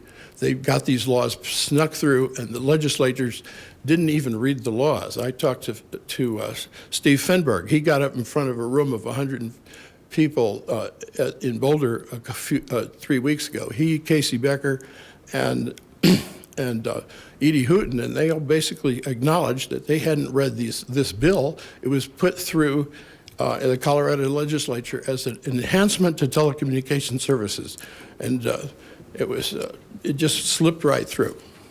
The FCC standards are not updated. I agree with Mr. Feldman on that, but and it is an open question. The safety, one thing that Mr. Feldman mentioned was that some folks at CU had told him, in Boulder, had told him that it was ambiguous. Well, I don't know if he's met Dr. Frank Barnes, who is a former dean of the college, who is a researcher there, who's just retired, but also still teaches graduate courses, and he's focused his research on the issue of electromagnetic fields and biological effects, and he has actually shown me his research, which is published and peer-reviewed by the IEEE, Power Engineering Society, that he can control cell growth, cancer cell growth rates, manipulating electromagnetic fields with these signals. He can accelerate the growth rate, or he can retard the growth rate of cancer cells. Now that tells me there's some effects. These are weak fields. These are not the heating effects that the FCC has hanging their hat on. So Mr. Feldman is advising you he's giving you good legal advice, but this is far more than just a legal issue. It's a health, I identify 4 different risk factors. One is the risk to the public, control of the public right-of-way. This is a enclosure of the public space by private corporations for private gain. It is outrageous, it is overreach. The second risk, the big risk, is privacy, your personal privacy and surveillance. There's a book that is just published this past year called Surveillance Capitalism by Harvard business professor Shoshana Zuboff. I referenced that in my paper I handed out to you. This is a serious problem. You see it in the press all the time. The wireless industry has basically created a Frankenstein product, which has morphed the business model of the IT industry from selling goods and services to selling your personal information and your behavior. So, Doctor, your time has expired. I gave you about 4 extra minutes, so. Okay, so thank you. Sorry, Thank you. Yeah, this. So if you can, please, 1 minute. Okay, the third We're risk. about 5 minutes over. Okay, the third risk factor is health and safety. The effects of potential health effects of electromagnetic fields. And the fourth risk factor is energy. I'm working on a new report that will focus on the wireless networks use over 10 times as much power, electricity, as fiber networks, and I'm recommending that you focus first on making sure everybody in Lakewood has fiber to their home or their business, and before we go out and build out all the rest of this wireless stuff. Thank you. Appreciate it.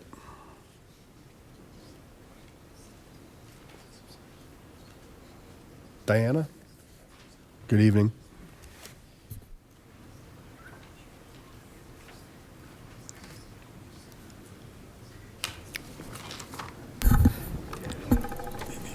Good evening, City Council and Mayor.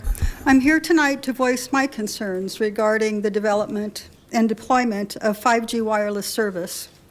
I'm a Ward 3 and very long-time Lakewood resident. You have a really tough decision to make, like those in many nearby cities, including Denver, who are currently dealing with many citizen complaints and fallout from their decisions. 5G wireless technology is very different from previous generations. It can become a blessing or the devil in disguise. And right now, there is a whole lot of devil in the details. The FCC law that mandated this deployment is an attack to our constitutional rights.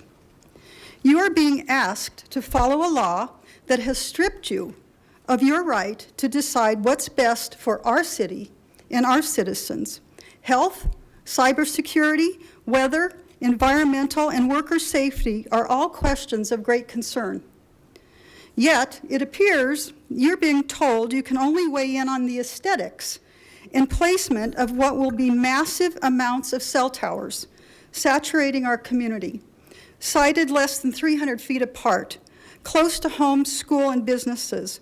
Will these be placed next to your driveway, on easements in every residential area?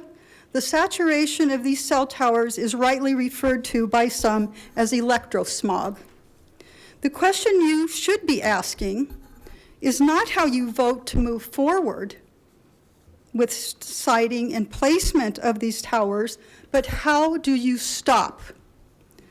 I urge council and staff to consider every possible option to slow down this process. That includes standing up, saying no, risking legal possibilities, and demanding our day in court. And here's why. As Attorney Ken Feldman pointed out, the FCC standards for this technology have not been updated for many years. That's why in February last year, during a Senate Commerce hearing, Senator Blumenthal blasted the FCC and FDA for failing to conduct any research into 5G safety. During his exchange with wireless reps, he asked them whether they've supported research on 5G safety, and they conceded they have not. Although FCC and industry have done little, thousands of other professionals and organizations have. They're sounding the alarm to stop the deployment until more testing can be completed. According to former FCC Chairman Wheeler, there is much greater concern regarding cybersecurity with 5G. To that regard, excuse me, S-893, the Secure 5G and Beyond Act report, was submitted to Congress in December of 2019 to require the president to develop a strategy to ensure the security of 5G. That is yet to be done. There was a letter submitted last May from ranking members Wyden and Cantwell over weather forecasting concerns, in which they ask not to move forward until vital weather forecasting operations are protected. Excuse me. This is yet to be done. Your time's up, ma'am. I'll let you go about a minute over. Okay. Basically. So 3 minutes, your time's up. Okay. And I think we got your email too. Okay, thank you. Thank you. I appreciate it. You. Ms. Reagan?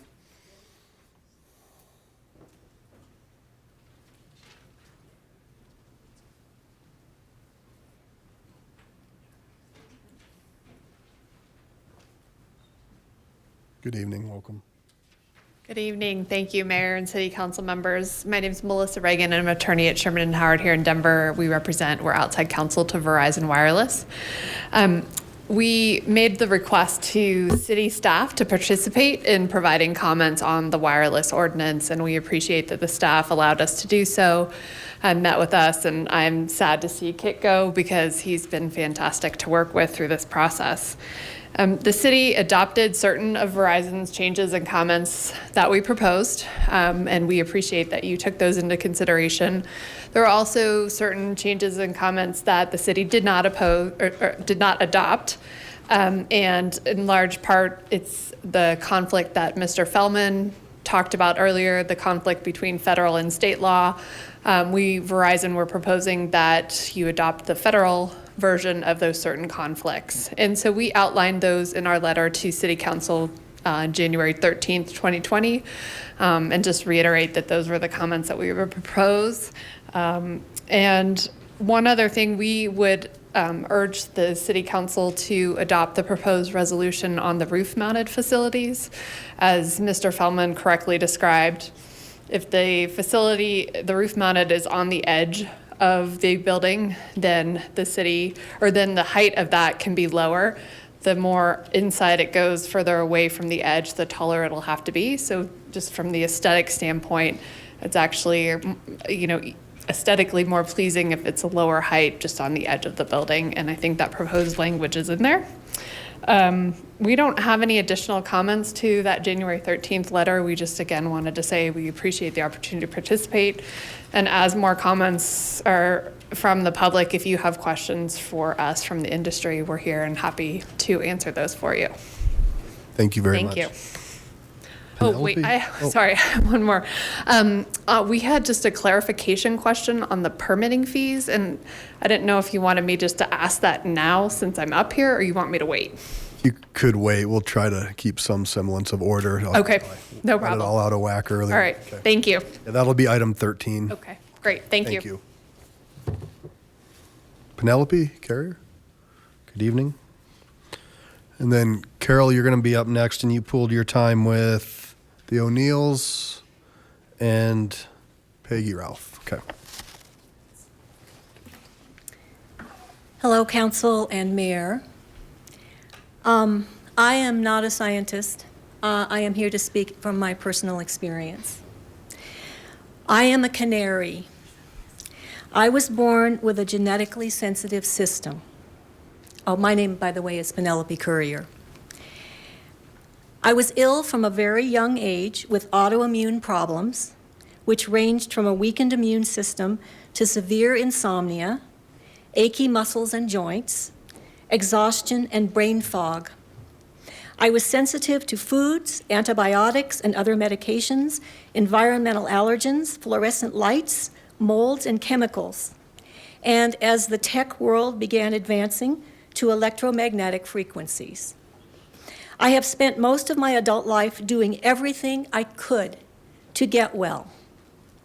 I was blessed over the years to find a team of amazing healing professionals who have helped me immensely, along with my own determination and true grit to get better. I am now 67 years old and in better health than I have been since I was a very young child. During my long career as an educator and learning specialist, I had to dodge sensitivity and allergy-producing substances all the time in environments I worked in. In my last job before retirement, at a Jeffco charter school that I loved, I experienced how extremely sensitive I am to EMFs, or electromagnetic frequencies, or electromagnetic fields, as other people have called them.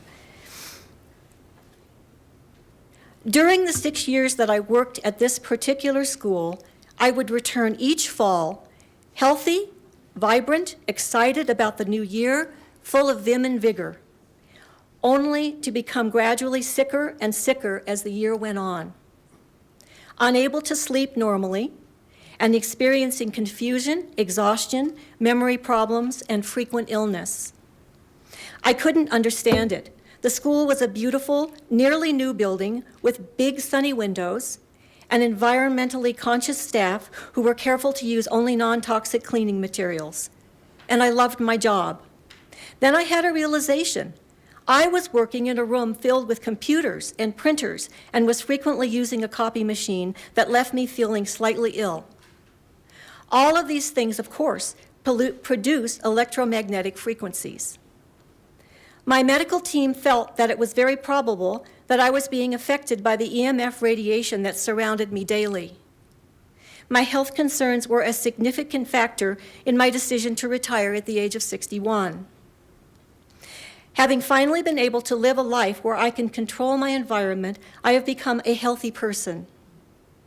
Given my personal history, I am very concerned about the possibility of 5G being installed in Lakewood. Your time's up if you want to just... Okay, and I have to say that most of what has been said is what I was going to say anyway. But I'm very concerned about especially the density of the antennas and the fact that we all will be bombarded over and over and over all the time with this frequency that really, even though I'm the canary in the coal mine, Thank you. everyone is being affected by this, and especially children. Thank you. Thank you. All right, Carol, you are pooled, so come on up. And then Lynn, you're after. And if you haven't signed up, please see Miss Millard.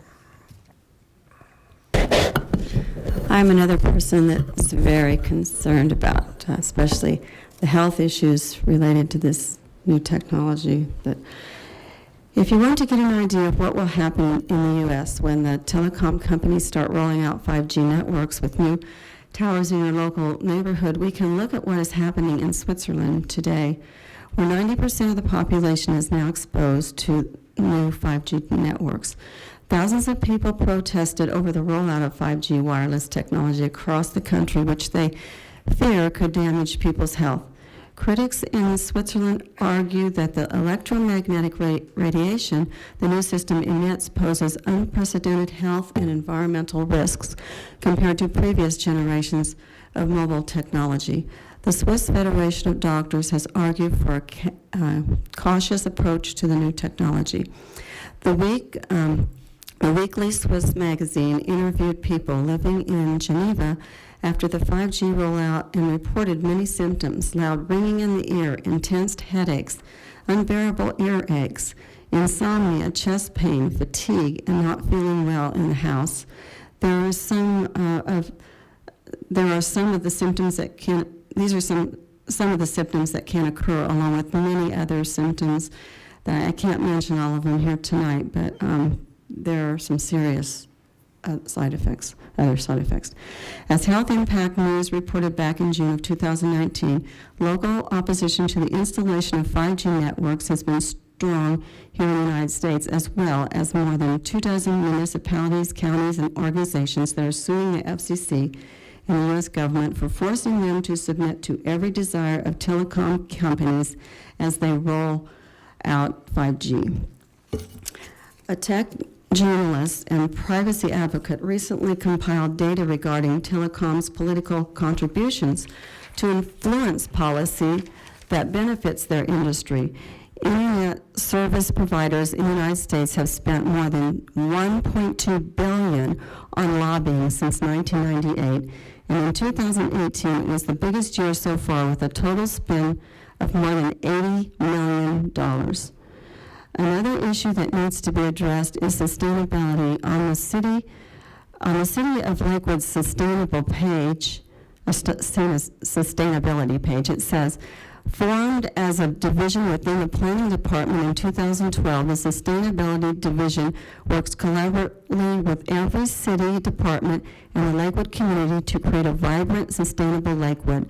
Our division is committed to creating a culture where community leaders, businesses, and residents recognize that the vibrancy of our environment, social and economic systems are interdependent and work together to ensure that Lakewood remains a healthy, thriving place for generations to come.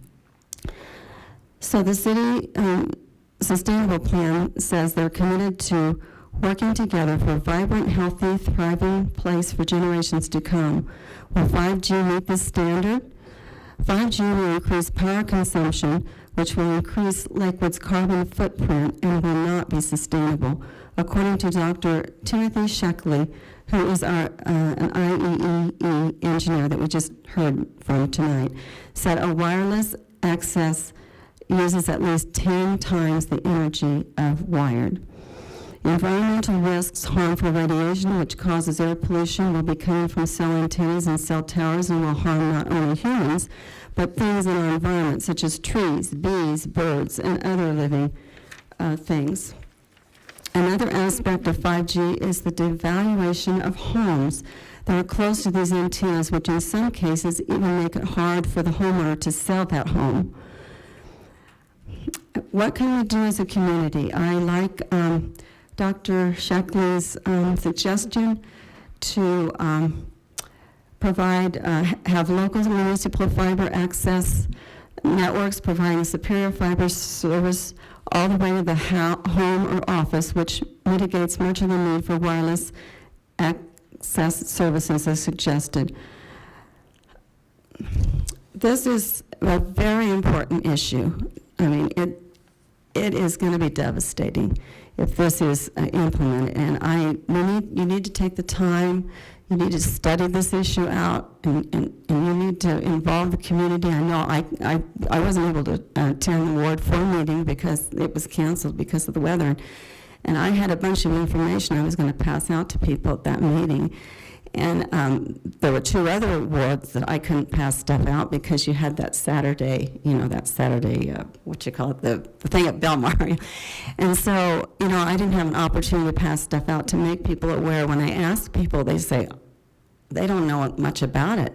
And so, the community really doesn't know much about it. And I think to be fair to them and for you to know more, we need to take our time and really make sure that we do what's best for the city and the community. Thank you for your time. Thank you. Lynn? And Lynn is the last who signed up, so if you wish to speak, please see the clerk. And look, we got you in before 9. Yes, thank you. We really appreciate you moving through things but I also appreciate Dr. Timothy Shockley. I'm not sure if I pronounced it, but I appreciate his expertise. He's very qualified and has been a leader in this area. I would also ask for more time to study it and definitely want a study session. I don't feel we should move into wireless until we do that. And I definitely believe that the fiber optic based internet option is much better than wireless. And I'll go through about 4 or 5 reasons. I think it's more reliable. In California, there was a case where during the fires, there was a reverse 911 order to evacuate, and people with wireless systems did not receive that. So only the people who had landline phones were able to receive that warning. So reliability, being able to have first responders is a safety issue for Lakewood. Also, as Dr. Shockley has pointed out, we want internet security. That's been a big issue recently in the news just tonight. The data of 150 million Americans was stolen, and that is, China was involved. So we want to be sure our privacy is secure. And as we mentioned, no one's mentioned the speed of the internet, but I've been told that the fiber optic wires are faster than the wireless. If people, like my son's concerned about that for streaming, they're actually better and faster to do the fiber optic wired systems to the home, which is called fiber to the premises. So I don't think we should rush into wireless because it's being touted as a way to create jobs for the wireless industry, not for our benefit. And there's a tremendous amount of money spent lobbying by the wireless industry. but it's not better for the people. In fact, wireless technology was tested in the military as a weapon for crowd control. I think we better be very careful. And the health effects are rampant in Switzerland. The next day, people could not sleep. We've talked about cancer. I'm going to wrap up. Another important thing is energy efficiency. That's part of our goals in Lakewood, to be more sustainable. And experts have pointed out several times that the wireless way of providing internet uses 10 times as much energy as using the fiber optic system all the way to premises. So we should use fiber optic lines on our city poles. And also we should preserve the property values, because property owners have rights too, very important rights, which we feel are being assaulted. For example, where they have fiber optics to the premises in Kansas City, they maintained their property values. Your time's up. But people, I'll just finish the sentence, but people with using wireless technology, their home values decreased as much as 20%. So a home with $1 million home decreased to $800,000. So it was really an impact, and very important to your constituents. Thank you. Thank you. Madam Clerk, anybody else? Okay, anybody else wish to speak? All right, seeing none, I'll close public comment, and would certainly just like to echo a thanks to everyone that not only weighed in here, but weighed in on Lakewood Speaks and through other means as well as we've gone through this process. And you will see I gave a lot of kind of extra time tonight, which some of you who watch a lot, I don't always do that, but we had some folks come in and there was some real sensitivities to making sure that there was some extra time. So I tried to accommodate the best that I could. Okay, so I want to go into, let's read this into the record, and then we'll start with Councilor Abel wants to lead us off with some questions. We're on 12. Yes, please. I move for the adoption of ordinance 0-2020-1 on second and final reading. Second. Okay, we have a motion and a second. Councilor Abel, questions and comments? Thank you. Could I ask Mr. Feldman to come back up? Please.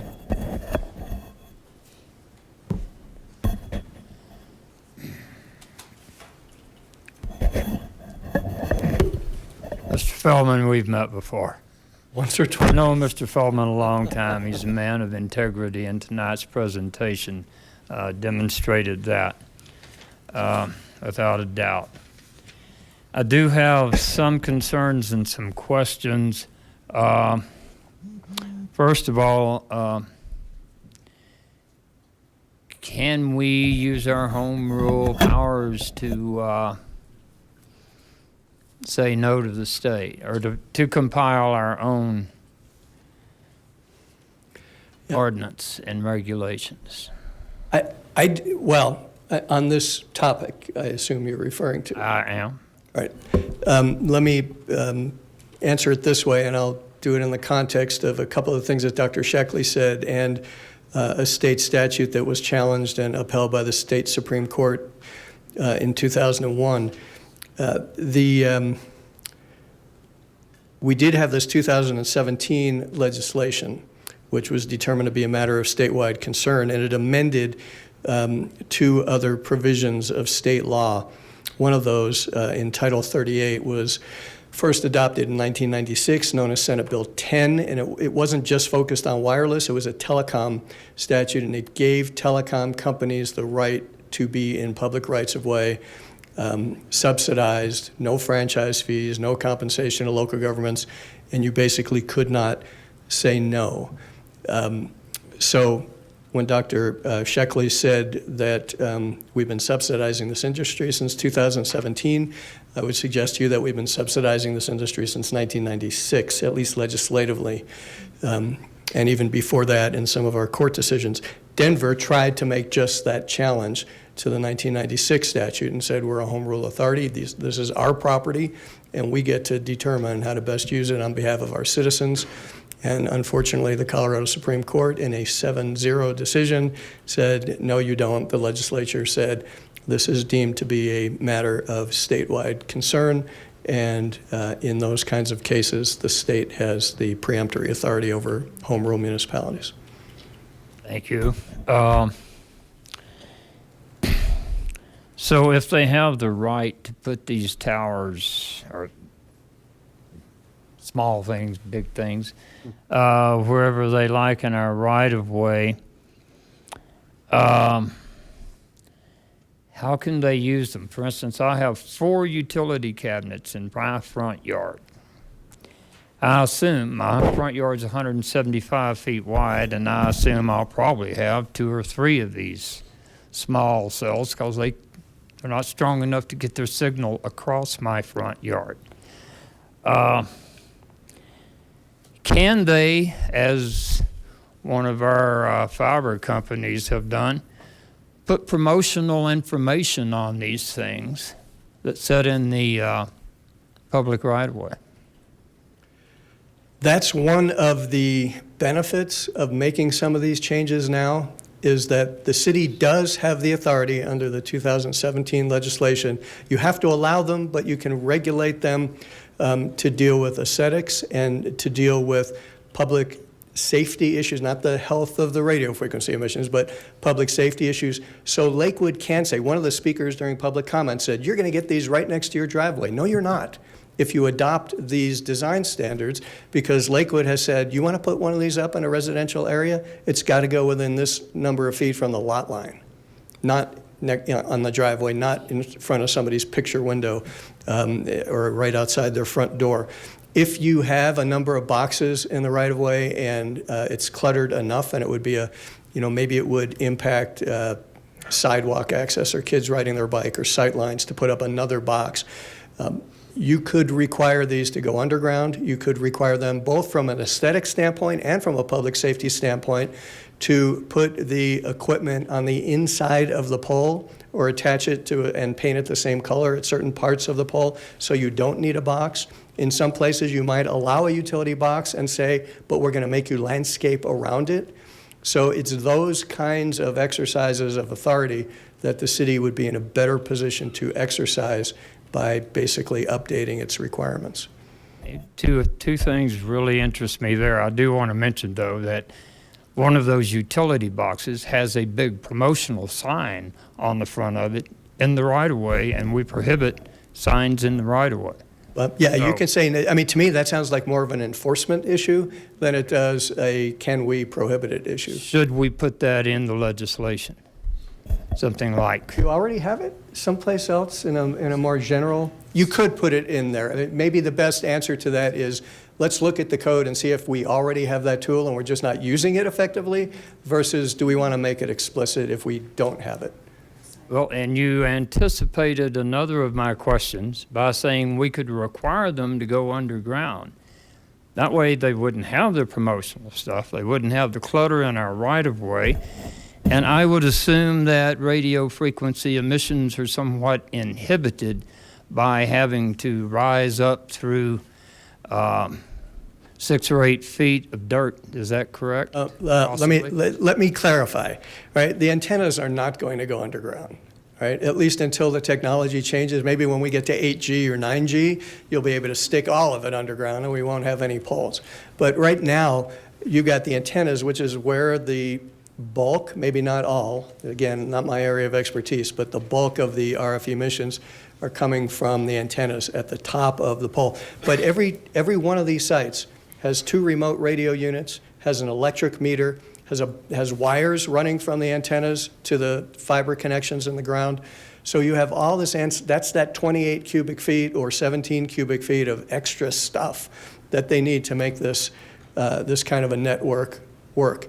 And the city does have the authority to require that either be placed inside of the pole or landscaped around it, or in some cases underground. The FCC rule has said they believe that if you required undergrounding all the time for every site, that would be an effective prohibition and a violation of federal law.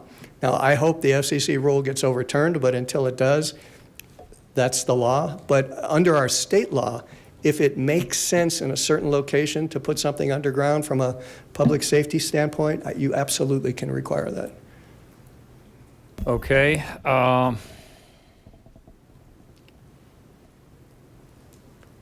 Can we make them put, well, it might be a better question for a physicist, but can we make them put them up in the air, elevate them, and if so, would that limit the exposure at ground level or at, say, child height level? Let me make sure I understand your question. Can we make the poles taller and put the antennas higher up on the pole? From my understanding of how this technology works, about the highest that you're going to get where it will still be effective will be about 50 feet. It's an interesting question. I will tell you that most of the councils and commissioners that I have appeared before in about 5 different states in the last 2 years are looking at how to make these things lower and not taller, especially when we're talking about neighborhoods. But I think, well, again, you have this fallback in the federal statute from 1996 that says your regulations can't prohibit or have the effect of being able to provide service. So if you were to say you've got to go up 75 feet, and if they were able to demonstrate this technology won't work at that height, then the regulation would be preempted. Okay, thank you. There is a portion of the proposed ordinance that concerns me. It's section 6, parens D. Existing mature tree growth and natural landforms on the site shall be preserved to the maximum extent possible. Maximum extent possible is fairly vague language that just invites an argument. And, you know, our trees have value. We pride ourselves as a canopy city. I won't use an example that's present in here, but maybe AT&T, I don't want them to decide they want to chop down my big old elm tree just because it might cause interference. Can they do that? Can we stop that sentence just to say must be preserved and leave off to the maximum extent possible? And if we cannot, can we force the utility to provide compensation for the loss of mature trees? I think you probably can, but I am not seeing what section that you're referring to. I've got Chapter 12 and Title 10, and so when you say 6D, I'm not sure. It is, oh, what page is this? 311 of 324.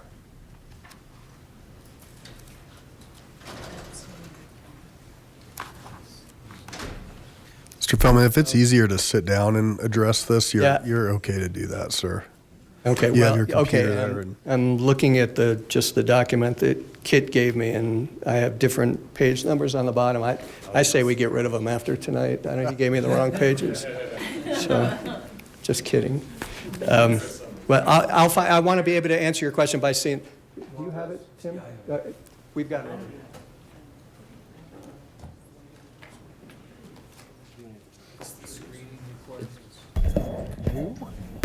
It says, let me find it, 311 of 324. There's paragraph D is in green among all the red.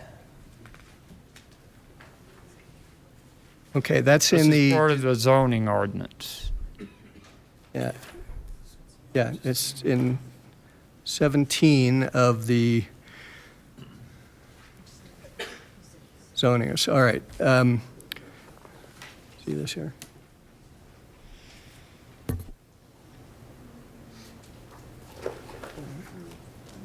see it? I'm not imagining this. Okay. Yeah.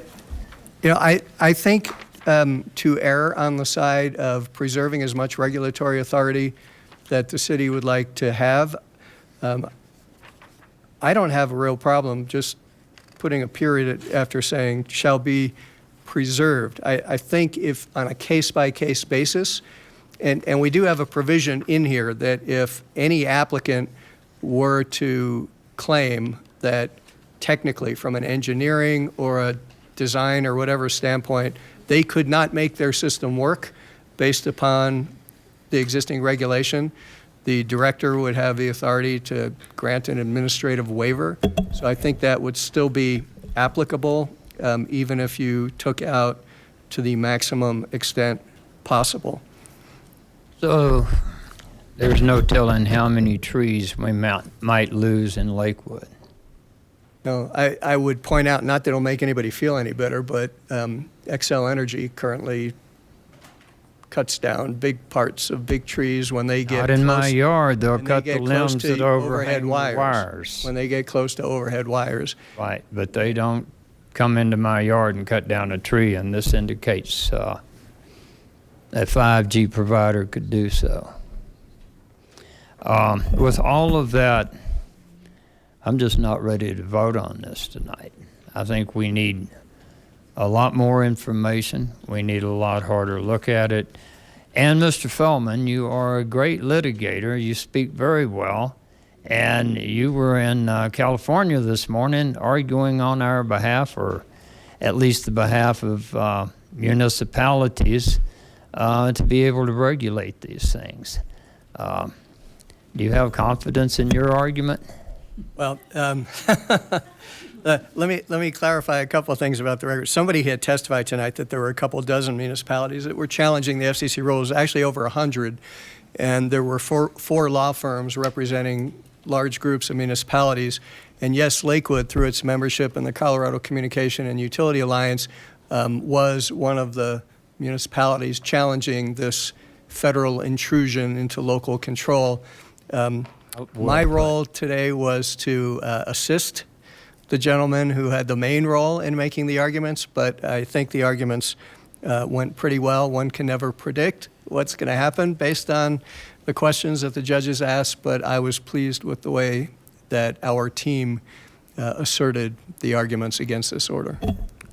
Well, I have faith in you and your team, and I would urge the rest of council to give your argument a chance to work and hold off on this until we get a decision from the Ninth Circuit. I know it wouldn't apply to us immediately, but we just don't have enough information on the table. Thank you. So I have Councilors Beta, then Gutwein, Springsteen, Harrison.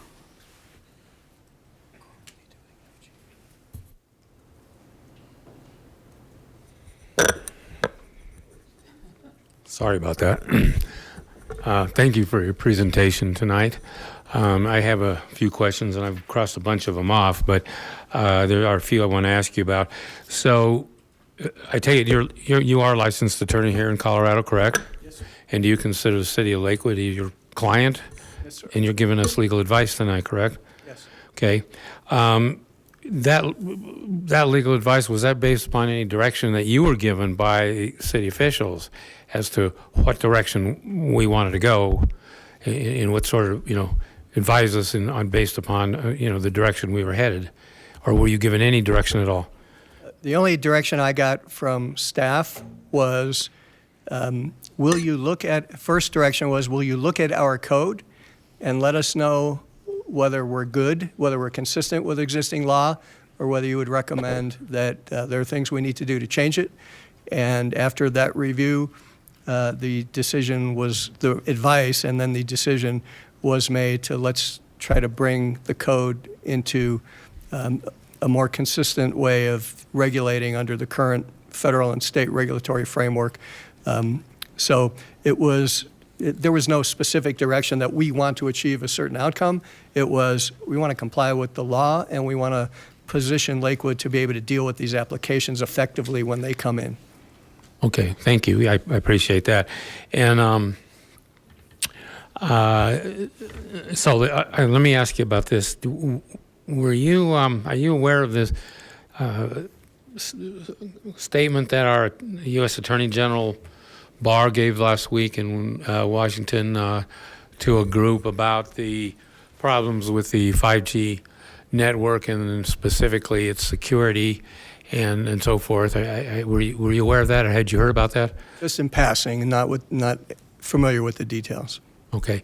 Well, one of the things he said was that the 5G entire technology of 5G has been developed by the Chinese and the Huawei company in particular, and they have kind of an inside track on 5G. And because of that, they're also going to have an inside track in terms of being able to how can I say it? Hack. He didn't use that word, but that's basically what he's saying. They can hack into our 5G system anytime they want, and there's not a whole lot we can do about it because the technology has advanced to such a point, and they're the leaders in it. Do you think that's something, that fact, that we ought to be considering here tonight in going forward if we're going to be approving these systems, and in fact, they may create the kinds of cybersecurity problems that Attorney General Barr is concerned about? Do you think that's something we ought to be maybe taking into account tonight? I'm going to try to answer that factually without waiting. I know I'm putting you on the spot, but no.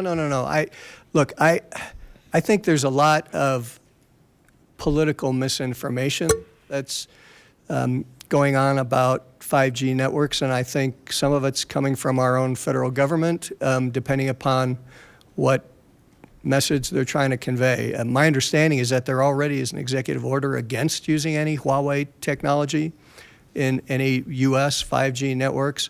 And I'm aware, again, mostly anecdotally through talking to folks I know in the industry, that there are American manufacturers that are developing 5G technology and equipment. And that's who I think, when those things are popping up around the Denver metro area, they're not from China. I have heard this statement, we got to do 5G because we're going to lose the 5G race with China, and I'm sick of it. I hate it. Because I don't think we're in a 5G race with China. China is pretty advanced with 5G networks, but there are 5G networks popping up all over the world.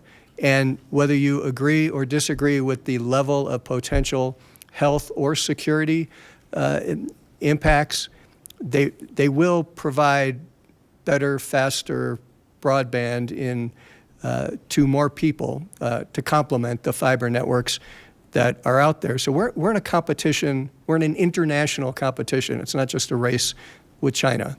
It's a race with South Korea and Denmark and almost every other country that's working on this right now. So China doesn't have it locked up, but they probably are pretty far ahead right now. The real focus ought to be, in my opinion, now I'm not giving legal advice, but if we're going to have these kind of networks in this country, how do we regulate them appropriately and encourage our own companies to get them deployed, which, from what I can tell, is happening here. Okay. Just for the record, I mean, he did recognize that we do have two other companies that are American companies that are developing this technology. So he's well aware of that. And his message, as I read it, was not so much we're in a race and we have to hurry up and try and beat everybody, but it was more a concern of, hey, maybe we better take another look at this because there are going to be some serious ramifications in terms of security. Now, he doesn't address the health issues. He just talks about cybersecurity, but this kind of technology is going to be used across the board. It's not just for your smartphones. We're talking about every form of industry that's going to be affected by this technology, and that was the basis of his concern.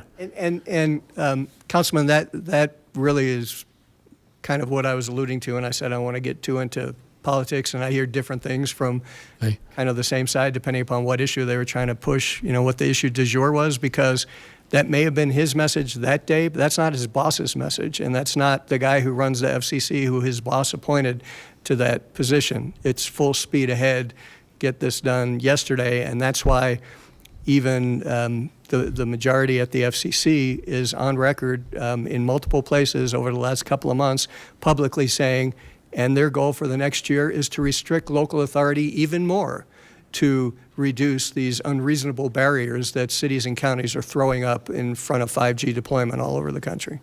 Well, and that brings, thank you, that brings me to my next point, which is this, there's a political aspect to this whole thing, whether we're talking about at the state level or the federal level. As you just alluded to, there's a whole political dimension. And now we've got the Attorney General of the United States saying, hey, well, maybe we need to take another look at this. It seems to me that certainly would bear some weight when he's made that statement publicly with the chairman of the FCC, who's, you know, a political appointee. And I'm wondering if we as a city and other cities like us shouldn't be taking a look at that, for the political aspect of it, instead of just rolling over and saying, oh, here we need to, you know, it's the law, we got to follow it. Or whether we say, hey, there's a lot of other options here that we need to exhaust first, and the political aspect being just one of them. You know, the lawsuit in the Ninth Circuit is another one. You know, you've heard the old adage. It's kind of a joke, but there's a lot of truth to it. And as a lawyer, I'm sure you've heard it. You know, the first thing they tell you in law school is when the client comes up to you and says, "Well, lawyer, attorney, can you tell me what this paragraph in the contract means?" And the answer is not, you don't tell them what it means. The answer is, well, what would you like it to mean? And you know, we laugh about that, but that's part of what, you know, lawyering's all about, is to say, well, what issues are being raised here, and what kind of a case can be made here for your concerns? And that's what we're talking about here, is what kind of case can be made, not only for us, but, you know, the city of Lakewood, but for all the other municipalities who are in similar situation, and not only at the federal level, but at the state level as well. And I think that's what we're looking for tonight, and that's what I'm looking for. More, you know, well, what do you want it to read? No, I appreciate you telling us, here's the law, this is what you got to do to comply with it. Okay. You make great points, and nothing that you raised of the list of things you raised are mutually exclusive. So adopting, in my opinion, adopting code amendments and taking other steps on the state level and the federal level to get the law changed are not necessarily mutually exclusive. You don't have to do one at a time and only do the next one if something doesn't work. We have to live in the regulatory environment that we're given. It's an uphill battle, but I'm aware of a number of local governments who are reaching out to their state representatives and more importantly on some of these issues, their federal representatives. Somebody mentioned during the comments Senator Blumenthal. I love Senator Blumenthal. I'm glad he made that statement. But if you notice, any of the names that are saying those kind of things, they're all Democrats. And in the Senate, that doesn't carry a whole lot of weight. So there's a guy in this state who actually serves on the Commerce Committee in the U.S. Senate.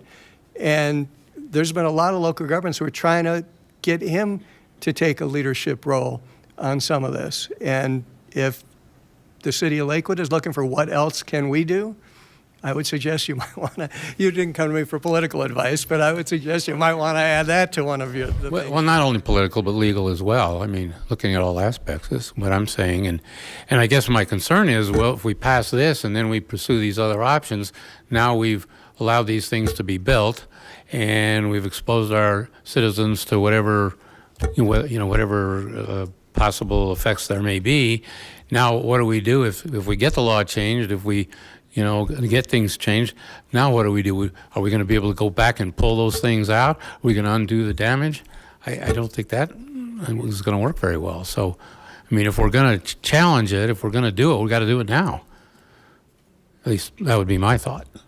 That's all I have. Thank you.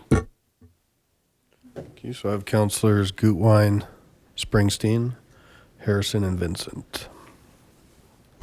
Thank you. I think you've answered this to some extent, but I just really want to understand if we were to wait, if we didn't pass updates to our policy, what would the impacts be? What would happen if a someone came in with an application and wanted to build a cell tower, what ability do we have to stop that? What are the impacts if we do nothing, if we leave things as they are?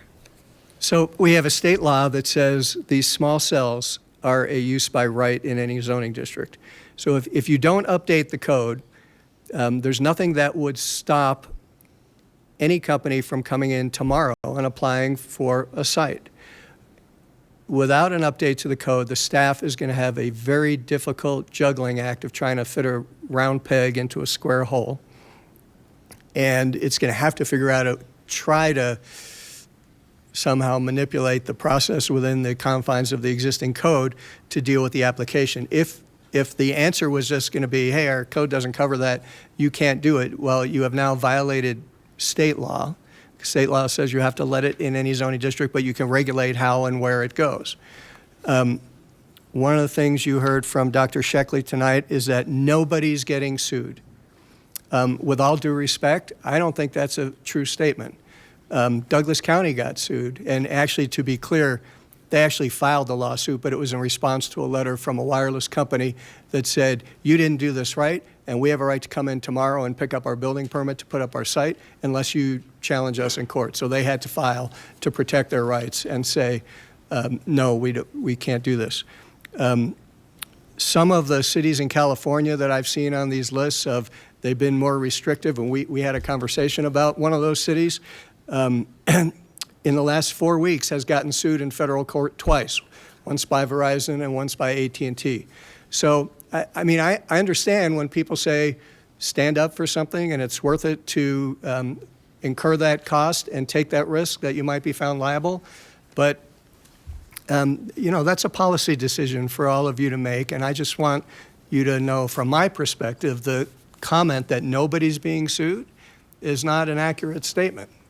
Cities are being sued when they have adopted regulations that purport to cross the line of where federal and state authority says they have to go.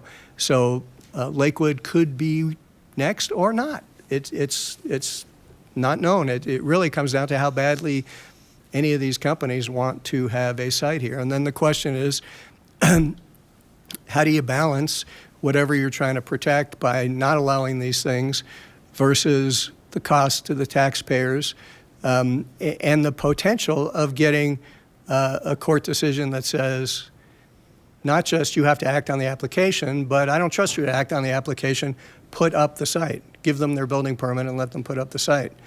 So, which has happened in some other communities around the country as well. So it's just a risk that you're going to have to balance, but you should know there are some downsides on any decision that you might take. So the last part you just said was basically that if we don't have the rules in effect in advance, we could lose the opportunity to regulate some of how they come in. Is that correct? Right. So, and that would go back to your example of people are saying, I don't want this in my driveway. If we pass some rules and regulations, this isn't going in the driveway. But let's say we don't pass it. Let's say we don't pass these rules. Then what? I don't know if it'll be in the driveway, but it might be right next to the driveway. Or, for example, if you say these have to be consistent with the height of other poles in that zone district or in that neighborhood, and you don't have that in your code, a company comes in and says, I want to put up a 50-foot pole. Think of some of the residential neighborhoods in Lakewood and how a 50-foot pole would look compared to what might be 28-foot streetlights. You might, if you don't have regulations to say you can put stuff in, but it's got to be in this location on the lot and it can't be any higher than this. If you don't have that on the books, somebody can come in and say, the FCC says it's 50 feet, and a court might agree with them. Mm-hmm. Yeah, so that's a big concern for me, that if we, and first of all, I don't like the situation that we're being put in, frankly. It's, we're basically being handed down rules and our hands are a little bit tied on what we can do. We're being told that by the feds and the state that we have to allow these. So that's an unfortunate situation that we're in right now. But that is the current law, and I am a little bit I am concerned that if we wait, we're leaving ourselves open to the kind of things that you're just mentioning. The other thing is, if we do decide to wait, and if we do decide to take a stand on this, what I really don't want to do is leave this decision up to our staff to have to figure out what to do. So if we're not going to take a stand right here today and say we're going to pass this, then we can't leave our staff with the decision of what do we do with these? Do we allow it? And then everyone's mad at them because it was allowed, but we didn't, make that clear. So I don't think that would be right for us to do that and to put them in this situation, which then would leave us to basically having to do a moratorium, which could you talk, what if we do a moratorium? So the FCC actually issued 3 orders relating to small cells, all within a few months of each other. And the 2 that were the subject of the appeal today, one was what was more generically called the small cell order that had the shot clocks and the fee caps and the undergrounding issues that I talked about with Councilmember Abel. But one of the orders, it came out a month before the small cell order, basically preempted all moratoria. And the FCC said that any kind of moratoria was, in effect, a prohibition against providing service and in violation of federal law. So again, until the court overturns that, that is federal law right now. That my advice to you, I've said this publicly in other places, is that the current federal law is that local governments or state governments even cannot adopt a moratoria without violating federal law. Okay. Which isn't to say, I guess, that we couldn't still do that. I mean, if this council still wanted to do a moratorium, we could still just decide we're going to violate federal law. And I'm not saying that that's what I want to do, but I'm just saying that is an option. And what I am saying is that this is a policy decision and we're the policy-making body, and I don't want to leave this for our staff to have to make the policy decision. That's not right. Okay, so now the next couple of questions I have, I did ask you some of these on our conversation, but I think I would like to just ask a couple more about, so let's say if we do go the avenue of using what little authority we have left to the greatest extent possible. And one of the things, and this was brought up by, I'm so sorry, Dr. Sheckley. Thank you, as well, and it's in some of his documents, but it's basically one of the concerns in our community is about the density of these and how many we're going to have. And so some of the recommendations are, well, why don't you put in a minimum distance between each cell tower? And so could you explain a little bit about that?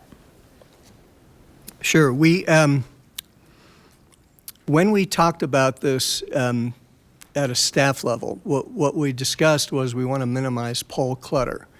We would like to see as few new standalone wireless poles pop up around Lakewood as possible, which means if these are going to be allowed, let's try to get them on existing vertical infrastructure as much as possible. So if an applicant wants to put one on a street light and another applicant wants to put one on a street light, we're not looking at minimum distances between those because we want to encourage the use of those existing vertical assets. And when I say please understand, I understand that it's your call, right? This is just what we discussed on a staff level. What we also wanted to do, though, is look at minimum distances between standalone poles. So if a company were to come in and say, I can't use a street light, here's the area in which I need to site something. There's no street light anywhere near there, or there is one, but somebody else is on it and we can't fit. So I have to put up a new pole. And if the city allows a new pole, and then another company comes in, says the same thing, and they want to put up a new pole. I think we had 600 feet. Is that where we ended up? All right, I will find out the exact number, but I think it's 600 feet. Do you remember? I think for the same company. I think it was a standalone site. But anyway, the thought that Minimum distance. yeah, we did have a minimum distance, and I will tell you that if you talk to the industry or you read their literature, they will say these sites have to be closer together, and that could be anywhere from 250 feet to 1,000 feet, or occasionally I've seen 1,200 feet, but most of the time it's on the lower end. So when you're talking to the industry, they're like 200 feet, 300 feet. Don't have a bigger separation distance than that. But in most of the places that I have worked, we have had a larger separation distance of 500 or 600 feet because that's about the size of a city block. And I think the policy decision has been made in a lot of places that if we have to allow these things, and especially if we're talking about residential neighborhoods, and they can prove that there's no other place to put it, 1 per block might work, but we don't like 5 per block. So that's, if we can circle back before you take final action tonight, I'll try to find out exactly where that is. To clarify that language is in there that would essentially limit it to about 1 per block. And then, so the next question is, some cities required separation from schools, daycares, hospitals. And could you explain a little bit about that?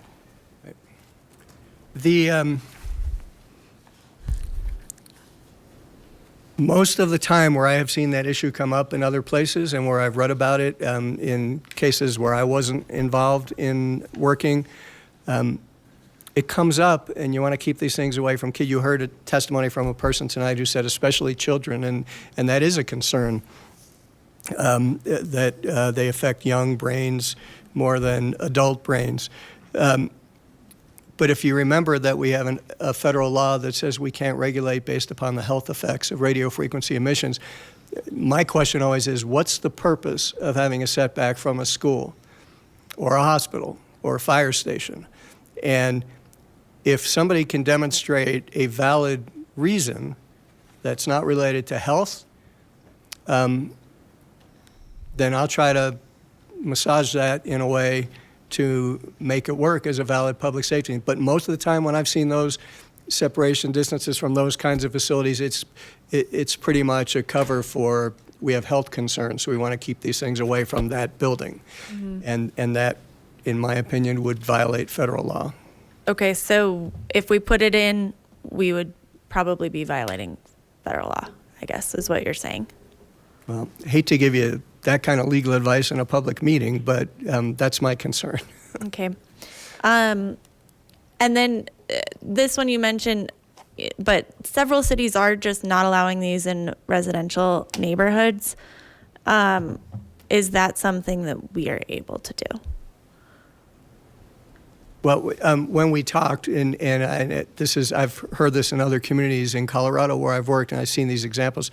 There's a handful of California communities, and some in some other states, but mostly you see these in California, where there's been a couple of firms that have worked with municipalities that have come up with ordinance provisions that say prohibited in residential neighborhoods. But every one of those codes, except for one that I saw, also say, but if staff is convinced that anything in our regulations would violate state or federal law, they can waive it.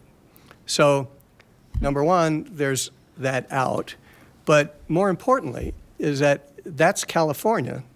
And frankly, that's some of the issues that were involved in the 2 lawsuits I just mentioned that have been filed in the last 4 weeks. Was the city of Los Altos has that provision that you can't put them in residential neighborhoods. They got to be 500 feet away from schools. And those are the issues that were brought up in those lawsuits. But in Colorado, we have a state law that says they're a use by right in any zoning district. So think about it, a use by right in every single zoning district. So if any city or county were to say, well, in this zoning district, they're prohibited, that's pretty much 180 degrees against what state law says. So I think you'd have a hard time with that. Okay. And then we talked about undergrounding and that we are able to require that in some cases, at least as much as we can. And then we talked about basically encourage the language in here, I believe, is encourages the use of existing street poles and traffic lights, so that we're not adding a bunch of new poles everywhere. And so, and is this the strongest language that we could have to, use existing poles when possible? I suppose theoretically somebody would correct me and say, oh no, there's something stronger that you could say, so I'll leave the door open for that possibility. But I've seen this kind of language used in the past, and I've seen other communities that have amended their codes use that language to say, an applicant comes in and says, we want a new pole right over here. And staff kicks it back and says, your application is incomplete. It says right here in our agreement, in either our code or our license agreement, that you've got to go here if there's a utility pole, or here if there's a light pole, or here if there's a traffic signal pole. And we don't even think about a new pole unless you can show us why you couldn't do any of that other stuff. So fix your application and bring it back. And I have seen that effective response based on this kind of language in other places. Okay, thank you. And so I did spend some time with Mr. Fellman earlier asking more questions like this, because we've been getting some information from some of our residents with examples of what other cities have done. We got this document from Dr. Sheckley, and from what I can tell, all of these recommendations that are also following state and federal law are already in this document that we have. So it seems to me that this is as far as we can push it and maintain within state and federal law. Whether or not that's what this body wants to do is the policy question that I guess we're dealing with tonight. And my ask would be that I really don't want to punt this to our staff and not take a stance on it. So that's my thoughts. Thank you. For clarifying way back when she asked her first question, how did the Douglas County case end? They just got a decision, I think about a month ago, and there was a recommended decision first from a magistrate where the county won on all of its arguments, and when the district court got around to issuing its decision, it ruled against the county on one of its arguments, but for the county on another one of its arguments. So basically, at the end of the day, the county was correct in rejecting that application. Okay. Councilor Springsteen. Good evening, Mr. Fellman. You were talking about the state law saying use by right in any zoning district. My understanding was when this House bill was passed that you were neutral on its passing. Is that correct? After 5 months of negotiations leading up to the final bill, the Colorado Municipal League and Colorado Counties and the Colorado Communication and Utility Alliance, which is the organization that I am general counsel for, were neutral. I personally did not have a position on this bill. But those organizations that you represented were neutral, and that's part of the reason we have this state law today, correct? Of those three organizations that I just mentioned, one of which I represent, and all of them were neutral. And yes, that is one of the reasons that there is a state law today. For what it's worth, the sponsor of the bill made it real clear 5 months before then when she brought local governments and the industry to the table and said there will be a bill. Doing nothing is not an option, So you will either find compromise that you can all live with and you can recommend it to me, or we're just going to write a bill for you. But only 20 states have a state law of this nature. I think there's 22 or 23 now. Yes.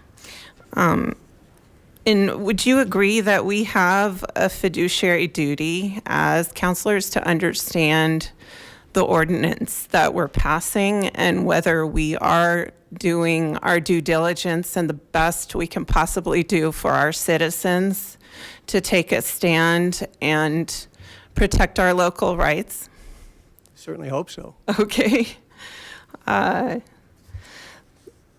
There's a portion of the ordinance that was rewritten, 17.10.2, that was, there was a part taken out that said dimensions of stealth facilities must approximate dimensions of objects being disguised as stealth. Can you speak to why that section would have been taken out of the ordinance? I'm looking for it. Hold on a second. It's 17.10.2. Right. And the reason I'm bringing this up to you is 2 years ago, when Verizon was trying to put in a cell tower 20 feet from my kids' school playground, one of the only provisions I could find in our city ordinance that protected us was this provision that required the stealth tower to be the approximate dimensions of the objects around it. Now, the city allowed the tower to go in anyway, even though it didn't approximate the dimensions. It was much taller than the stand of trees around it. But I have a lot of questions about things that have been taken out of this ordinance and put into it without us having any indication of why that is. And so that's my question for you. Why would that have been taken out? Council member, just to be clear, I think it's 17.10.3. That was why I was having a little trouble finding. Oh, I'm sorry. That's okay. You know, I honestly don't recall. I think there was a lot of discussion with planning staff, and maybe somebody from staff recalls that, or I can look back to some earlier drafts and see if I can find some notes on it. But the red line version I have doesn't have any notes that explain it, so I apologize. I can't answer that. So can you see why that would be a concern as a council member if the attorney who rewrote the ordinance cannot explain the reasoning behind making changes like that? Can you see that that would be a concern? And that maybe it would indicate that we're not ready to pass this ordinance at this point in time without looking at it. Yeah, maybe I can, I will do my best to answer any questions that I can answer for you, but this was a collaborative effort between multiple members of staff. There was a lot of input from Public Works over what worked for them, what didn't work for them, and from planning, same thing. So I've heard a number of references tonight from different parties that I wrote this code. I did not write this code. I participated in writing the code, and I worked with your staff on it, and they made some really great ideas. I'm just saying there's a larger group of people who had input into it, and I think it's absolutely fair for you to ask that question. But I think it's also fair to give an opportunity for all of the people who were involved in it to make sure we give you a concise answer to your question, and I can't do that by myself. So that would indicate that maybe a study session would be a good idea so that we can address questions of that nature, wouldn't it? Well, I think that's your call. I think also within 5 or 10 minutes, I could probably get the information that might answer the question. But it's, I'm not here to tell council what the best way to move forward is. Now, there's an effort to repeal the state law. Isn't that correct? Not that I'm aware of. I heard Dr. Sheckley say that there is. I went on the Colorado General Assembly website while he was speaking. There's no bill I could find. There's no sponsor I'm aware of. There's no bill number. I know there's some people who want to get it repealed and have talked about it. I've spoken in the last couple of weeks with representative of the Majority Leader's office in the House and the former sponsor of the bill, who I know the leadership would give the courtesy of letting her know if a bill was being filed to do that, and neither of those offices had any knowledge of this. So I know there are people who would like to get it repealed and are starting to make the effort to figure out if there's a way to do that, and some of them have contacted me and asked me if I would be willing to talk to them about it, which I'm always willing to talk to anybody, but I don't think there is a bill right now. Well, the state bill really piggybacked on the federal law, and you were at the Ninth Circuit today where the federal law is being challenged currently, and I believe that you told me that you expect a ruling on that issue maybe in the spring of this year. And so would you agree that federal preemption of local law could be something that changes in the next several months? Maybe. I believe that's what you told me on the phone. No, that part I did tell you. Let me just add a couple of things. One is the state bill was not based on the federal law. The state bill was actually adopted a year and about 4 months before the federal rules were adopted. Actually, a year and a half before the federal rules were adopted. But you're right. I did tell you that the federal. I thought there was a chance we might get a court decision by late spring or early summer. I learned today that the Ninth Circuit usually comes up with a decision in 3 to 10 months. So I think my expectation was on the hopeful side of that range, but it might not be till Christmas either. I don't know.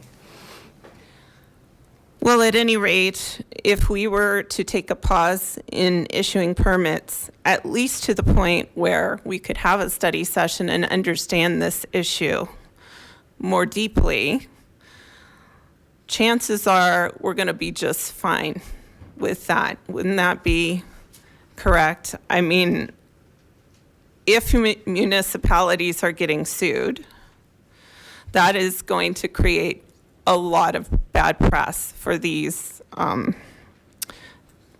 telecom companies. And so my impression would be that they would not rush to sue us. And if they did, what they would get out of it is a court order that they can go ahead and put up their tower. So it doesn't really hurt us to pause this a little bit and go about this more carefully to make sure we're listening to our citizenry and their concerns before actually passing an ordinance. Would you agree with that? As I mentioned before, I can't tell you you're going to be hurt or you're not going to be hurt, because I have no idea if somebody's going to be sued. And as far as bad press, I don't remember reading any bad press that T-Mobile got when they got in the lawsuit with Douglas County. So you might get sued and you might not. You might be just fine. I just am not in a position to say it's likely that you would or it's likely that you wouldn't if you wanted to wait and have a study session. Obviously, the shorter period of time between now and final action, the less risk and the less potential exposure the city has. So if it was a question of, should we have a study session and then bring it back for a second reading, versus should we adopt a moratoria and wait until the federal rules change and we see what the state legislature does, I could say I think one is more risky than the other, but I really couldn't tell you that you're in good shape or bad shape if you were to go one direction or the other.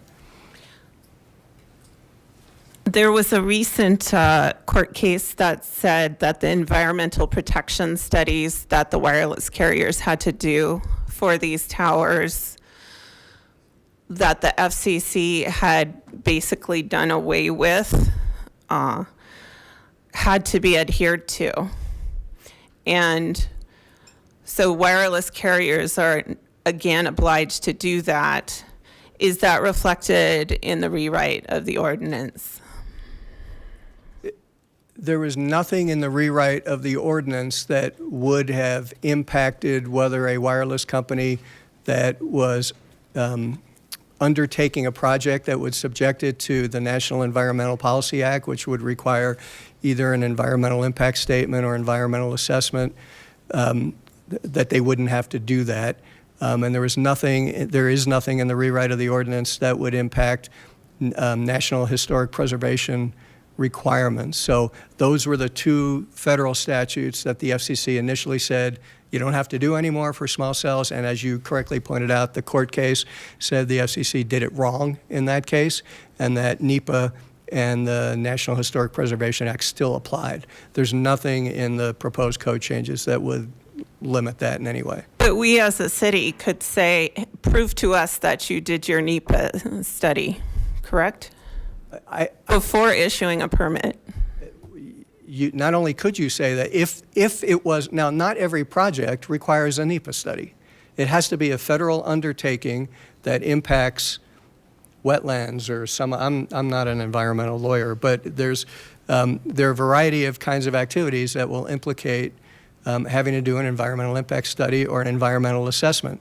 And there is nothing in your existing code or in the proposed code amendments that would limit the city's ability or the EPA's ability to say you must do this if you want to get a permit to do this kind of a project. There are multiple lawsuits pending at the federal level. One regarding the fact that the FCC's studies on the health impacts are 24 years old, and multiple other lawsuits. Isn't that correct, that are pending? Not really. There are two complaints that the FCC ended its proceeding on the RF emissions in December, and there are two entities that have filed complaints to challenge that. Problematically, I know some of you are lawyers, I'll try not to get in the weeds, but when you challenge a federal agency's action, it usually doesn't get challenged until after it's published in the Federal Register.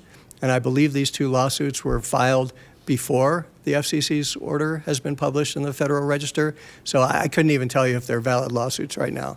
But there are two entities that have filed complaints purporting to challenge the FCC's recent decision on radio frequency emissions.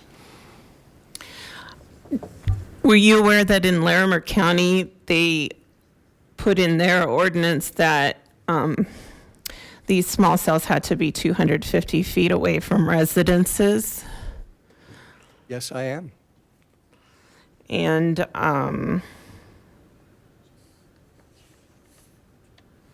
in Greenwood Village, they've required much of the supporting equipment to go underground, and they took 6 months to hire an aesthetic consultant to make sure that things like the mountain view was not being interfered with. Are you familiar with that? I'm not familiar with the specifics of Greenwood Village ordinance, but that sounds about right. Okay.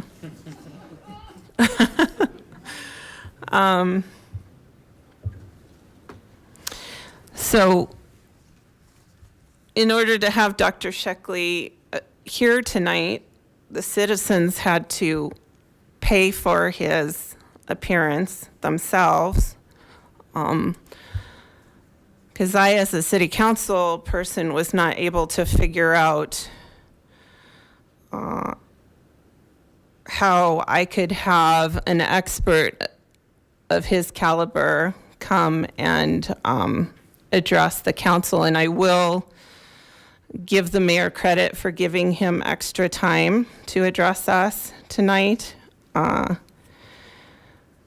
However, I just wanted to make the point that on a larger scale, where citizens feel like they're not being heard on many of these issues, and we want to build a bridge with the community that we as a city council and staff need to make sure that the public feels like they're being heard and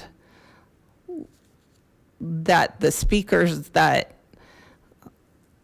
are on both sides of an issue, or, you know, in this case, it's not necessarily two opposing sides, but there are different perspectives, are being heard. And so I just wanted to let the public know that citizens had to hire Dr. Sheckley to appear tonight. And that I hope that in future that we can be more supportive of that kind of thing. And, you know, Mr. Fellman, I assume that the city hired you to be here tonight. Is that correct? Correct. And hired you to rewrite the ordinance? Hired me to work with staff. Or help rewrite the ordinance? That staff felt comfortable to recommend to you. And how much did you make to do that from the city of Lakewood? I can get you that information, but I don't have it off the top of my head right now. Was it more than the $200 the citizens had to come up with to hire Dr. Sheckley? It was. I would propose that we should put this forth to a study session. It's very clear that even the folks who wrote this ordinance, rewrote this ordinance, and worked together to do that are not clear on what is in the ordinance and what was taken out and what needs to be changed and what we can do to best protect our citizens. And it's incumbent upon us as city council to make sure this very big change in our community is done in the right way. And so I would suggest a pause, a moratorium in issuing any further permits, at least until we have a study session. But I believe that we should look at where the federal law is going to come down on preemption of local law, because it's unconstitutional against the Commerce Clause that we have had our hands tied in this way. And there's a lot in the works, and we should give our citizens the benefit of the doubt on that as well. Thank you. Thank you. Councilor Harrison? Thank you. My questions are on a much simpler level. I'm not an attorney. I'm just a regular old citizen of the city of Lakewood, and I have some really simple questions. First of all, I want to make sure that I really understand the 5G, and I'm going to repeat what I think I know, and then you can correct me, because I've heard different people. I thought I had it, and then I want to ask the questions. So what 5G does is actually it's on a pole and it repeats, but the information comes from an underground cable. It could be fiber, it could be whatever, and it goes up the pole to the antenna to be kind of a repeater station. Back in the old days, country kid, we would have called that an antenna from the TV that would have sent it to us. Do I have that at least correct? So it can't be exclusively underground. There always has to be an antenna to send the message to our cell phones, correct? I'm not sure if all of the specific description that you gave is accurate, but and the things about a repeater or what I can't comment on, but the antenna sends and receives signals. Okay. Right? Once that antenna receives a signal, some antennas can send it out again wirelessly to the next site, and that's how networks are built. Mm-hmm. Sometimes a site aggregates the signal, puts it into a fiber optic cable, and sends it off. Perfect. So the idea that trying to put everything underground today with today's technology won't work, because we always have to have the antenna today in today's technology, correct? For wireless, yes. Right. Okay. And what we're really talking mostly about is cell phones and wireless connections to computers or printers or whatever, correct? That's a lot of it. Okay. I mean, I think the technology changes so quickly, new things are added every day. Thank you. So, and now I'm just going to ask a really big question. Can we prevent the implementation of 5G? Now, I'm just saying the technology of 5G. Can Lakewood, the city of Lakewood, say, no, you can't have 5G in the city of Lakewood? Legally? Yes. I don't think you can. Okay. And that's because of the fact of under the federal law and the FCC, they're basically encouraging different forms of technology, of which 5G is one, and that they want that to be available in all areas, not only in cities, but in rural communities as well. In large part because of the federal law, but also because of the state law. And I would say, I would let you know the state law, we haven't talked a lot about it, actually predates the 2017 law. The 2017 law was specific to wireless, but we've had state law since 1996 that just talked about telecom generally and said we have to allow those facilities in the rights of way. Okay. If the city of Lakewood does not do anything right now, then if, and I'll just say that ugly telecom business, whatever that is, I'm not going to use a name, decided that they wanted to put a pole, as we talked about, in my backyard, right smack in the middle of my backyard. Right now, if the city of Lakewood does not do anything, they could do that under federal law, correct? No. Okay. Federal law deals with using government property, government rights of way. Just rights of way. So at this point, they can't come into my property, but they could use the rights of way that are right next to my property. Right. Okay. This particular legislation, even if we passed what we can to try to protect our citizens more than what the federal law does, we could still come back, depending on what the Ninth Court, Judicial Court, see, I'm not an attorney, what they say, the judgment, let's say it is December, and it's more beneficial for us to follow that new decision, we could come back and change our resolution to incorporate those changes. So even though we might be passing something today, just as any ordinance or resolution that we do, it could be changed at a later date and made better to fit our citizens, correct? That's right. Okay. I don't know about the rest of you, but I want to try to protect people today. And if we have a better decision later on down the road, I'd rather do that. We're not going to prohibit 5G from coming into Lakewood, I don't believe. I think it's here. I'm not sure that I like what we hear about it, but I'm feeling like we're protecting more by passing this resolution than not. So, Councillor Vincent, you gave up? Yeah. Okay. Councillor LeBeer, then Franks, then Skilling. Thank you. Could you just talk to me a little bit about how this new regulatory framework or law interacts with Xcel Energy poles? I think a lot of our light poles in the city aren't necessarily owned by the city of Lakewood, so I'm just kind of curious how that works. It certainly complicates things. The state law mandates attachment to any city-owned poles, but as you correctly pointed out, most of the streetlights in the city are owned by Xcel Energy. So it required Xcel to agree that they would allow their poles or replacement poles with streetlights to be used for this purpose. So a company that would want to get a right-of-way permit to construct something in Lakewood, to the extent they wanted to use an Xcel asset, they would have to have an agreement with the city, and they would have to have a separate agreement with Xcel. And these companies that want to build these towers, are they sharing this infrastructure, or are they each having their own poles and own, how does that work? The technology is, excuse me, is rapidly changing. About a year ago, when we talked about if you're going to put up a new pole or replace a street light, it ought to have capacity for at least 2 companies. Initially, we heard can't do it. Technology is not there. Now we're starting to hear that some manufacturers are starting to come up with designs that will allow for multiple companies to be in the same pole. Not a lot, but I have seen it in some places.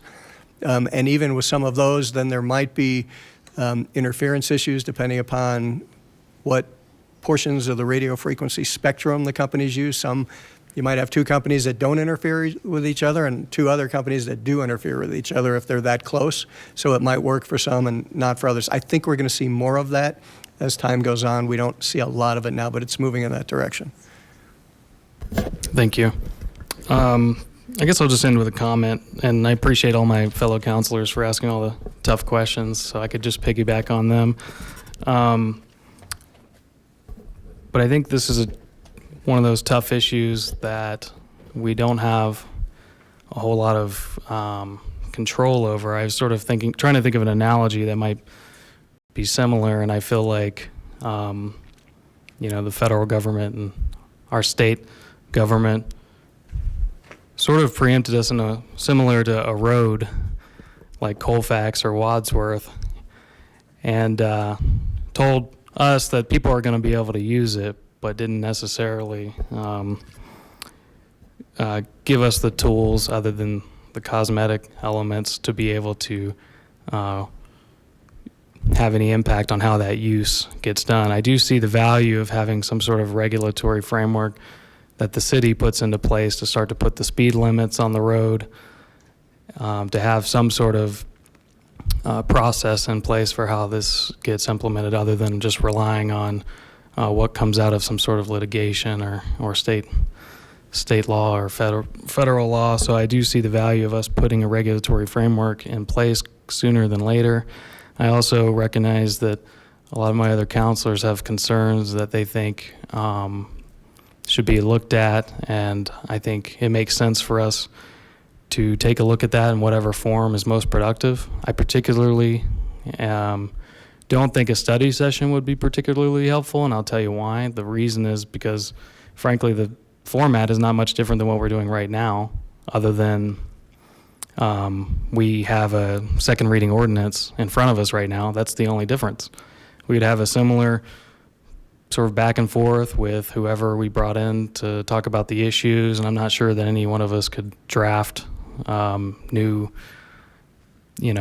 amendments or ordinances that would be better serving the community than what's already presented. However, if this ended up being in one of our committees or something like that later down, I think that's a possibility of being able to help draft new amendments and something to that effect. However, I do think it makes more sense to have at least put this regulatory framework in place, and then in addition, if there's an appetite to go look at additional things that we could be looking at, I think that's what we should do. And I hear the concerns about the health issues, and I just want to acknowledge that. I think there are concerns always with new technology, and frankly, I think there's concerns with existing technology. I was looking for stuff on 5G just the other day with the National Academy of Science, and I stumbled upon an article that was talking about motor vehicles and how the National Academy of Science believes that it contributes to 100,000 plus deaths a year and probably costs the country on health impacts anywhere up to $886 billion a year because of air pollution and particulate matter.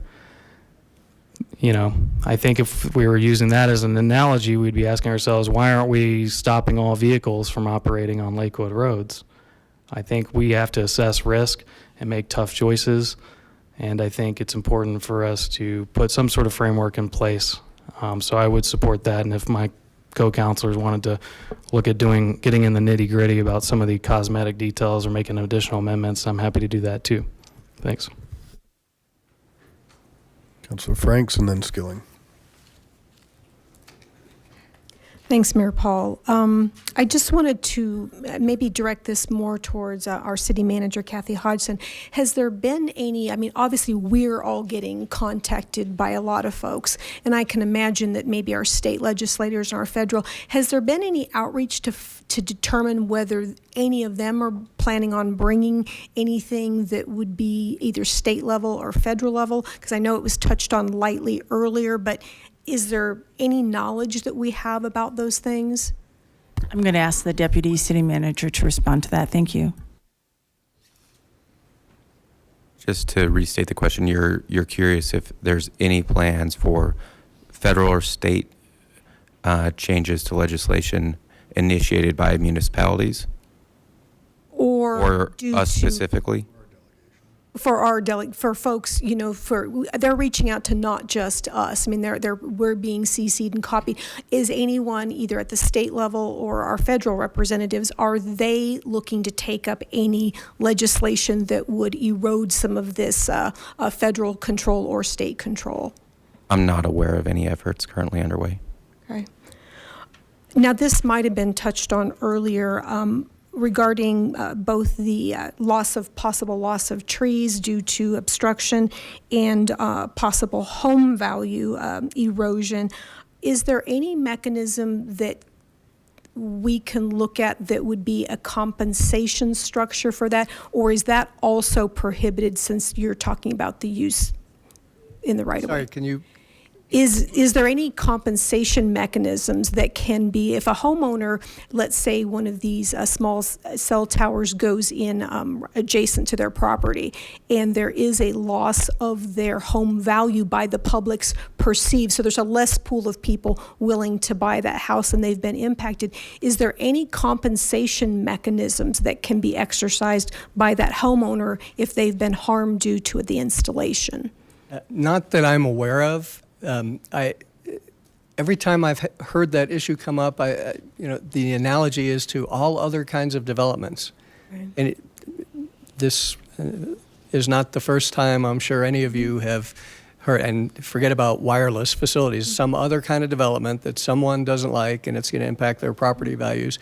And generally speaking, it either gets approved or it doesn't get approved, but there's not a mechanism that the person can come back and say, well, if it does get approved, my property value is going to go down and here's how I'm going to get paid. So it would be the same situation here. Yeah, I just wanted to express that we've had that question come to us a lot. And again, I'm just trying to get people's good information on that. The other thing that has been asked of us is, how do I know how this affects me? Like, there's folks who are visual learners, and folks can't envision how, you know, close these towers could be to one another, where they might be positioned, if a tree needs to be cut down. So I think that the lack of visuals, a lot of people can't connect what that might mean for their street, or what that might mean for, they've already got a light, that's on their quote property. And I wanted maybe more from a staff perspective. I know we have visuals on other types of things that show how people would be impacted. Is there any thing that could be available for folks to look at if we choose to take this to a study session and not make a decision tonight, where people can get that visual perspective? What could this mean in the best case or the worst case, depending on how closely they're spaced? Sure. If this was sent to a study session, that would be something similar to any zoning, when you're looking at a zoning code, where we have drawings of what the distances look like, because people do learn in different ways. And then the other question that came to me, and I wasn't really able to answer it, and it came fairly late today, was, what does that right of way mean? And I know that, like the sidewalk, that's, obviously that's public. And then there's a certain kind of a distance that comes in from that to my property, which is also kind of where maybe utilities have been placed. I had a person ask me, well, I've got lines from the cable company that run in the backyard. What is, quote, the right of way? So I'm hoping someone can speak to that so that question gets answered. Yeah, I think from what you're saying about the folks saying I've got utility lines in the backyard and such, those are usually easements built in the development process. it's still your land. It's subject to an easement to be used by the utility companies so that they can connect the necessary utilities. Right-of-way is city property or held by the city for the benefit of all of the people. And it's going to be the road corridor. Not necessarily back of sidewalk to back of sidewalk. There are different ways to measure. I'm sure Mike could tell us more about how we determine where right-of-way should be. And obviously, the dimensions change as you have different kinds of thoroughfares. But what you initially described as the right-of-way is the road and the adjacent sidewalks, if any, and some measure of land that is actually owned by the city. It doesn't encroach onto your property. It is the line where your property meets the city property. So the rights of way are where they are going to put those facilities within that corridor. Can you speak to that just a little? I just want to paint that picture for folks because they're just not, like I said, those easements and then the right of way kind of got all munged together, and people were like, well, I've got easements in my backyard, and I'm like, to my understanding, that's not what we're talking about. But can you fill in those blanks for folks? So it is a little difficult. Different roads were built with certain widths when we bought the right-of-way, and sometimes we've expanded them. So a good idea is Colfax. The right-of-way pretty much is just behind the curbs, so the sidewalks out on Colfax are actually on easements. So there's kind of a mismatch around the city, just based on when it was platted and what we've done to those roads. The other thing, as we talked about, is Xcel Energy now has a program to replace their poles. And so if Xcel Energy has an easement to have a pole on that location, they potentially could change it out to a dual use pole if we approved it and have a small cell on their existing easement, because it's kind of a right that they already have, I believe, in their easement. So there's kind of a mishmash. We do have a few alleys, mostly I believe in Ward 2, but I'm sure there's some in other parts of the city, but that might get some Xcel poles or potential locations in the backside of people's property as well. I think you all have the design guide that we kind of developed March, April, and we've kind of been consistently upgrading it. There's some graphics in there showing where we're anticipating stuff and what we're expecting the poles to look like. So far, we have kind of gone with more of the internal looking pole, where most of the equipment and the radios and all that are inside the pole. So we're reducing the amount of extra boxes around the pole periphery and the property. Great, thank you. I appreciate that. Thank you, Councilor. Mayor Pro Tem. So at our planning session, we talked about ways to improve our efficiency at meetings and to not be here till 2 a.m. And it is 16 minutes past our check-in time that we all agreed to, and I will foreshadow my vote in the fact that I have a whole lot of questions that I'd like to ask. But with that said, we did say we would have a vote on whether or not to continue this meeting tonight or to call it. So I think it's appropriate at this time that we do that. So if we're going to continue tonight, I would move that we make a vote that we actually continue if this body would like to do that. So just for clarity, for procedural purposes, we have a motion, a second on the floor. So with that, would it be call a question, or we would just pull that off the table for just an up or down vote? Because call the question would be 2/3. Yeah, the supermajority, but you're not talking about rejecting the question, just withdrawing the motion and continuing with discussion, or continuing at a later date.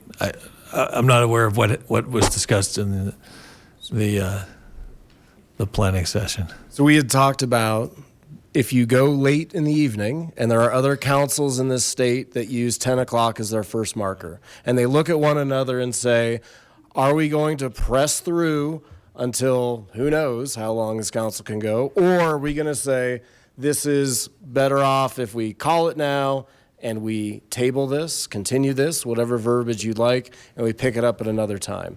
And this was one thing that we were certainly going to try at our next few meetings and see how it worked. So this is our first time trying it.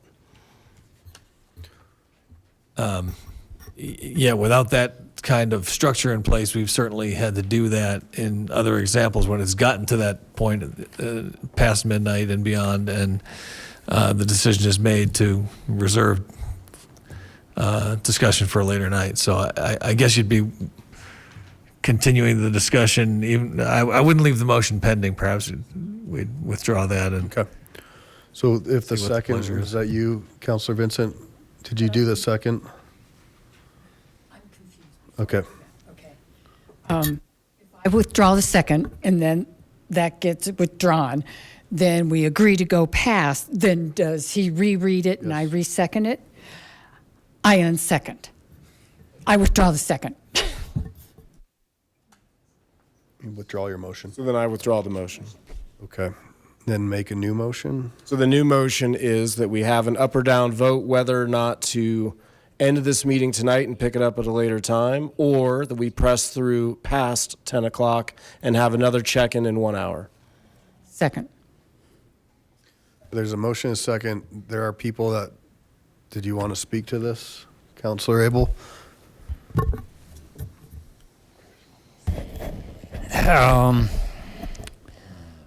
Ordinarily, I think that's a good idea and probably is. We have another 8 o'clock meeting this evening that we're 2.5 hours past nearly. What do we do with it, Mr. Skilling? That is a different body, so we could, I believe the idea spoken in the retreat was that we cut off debate, reschedule for a time certain, a date certain, if we call it off at 10 o'clock. But then we have an LRA meeting as well, and I assume your motion would not apply to the 8 p.m.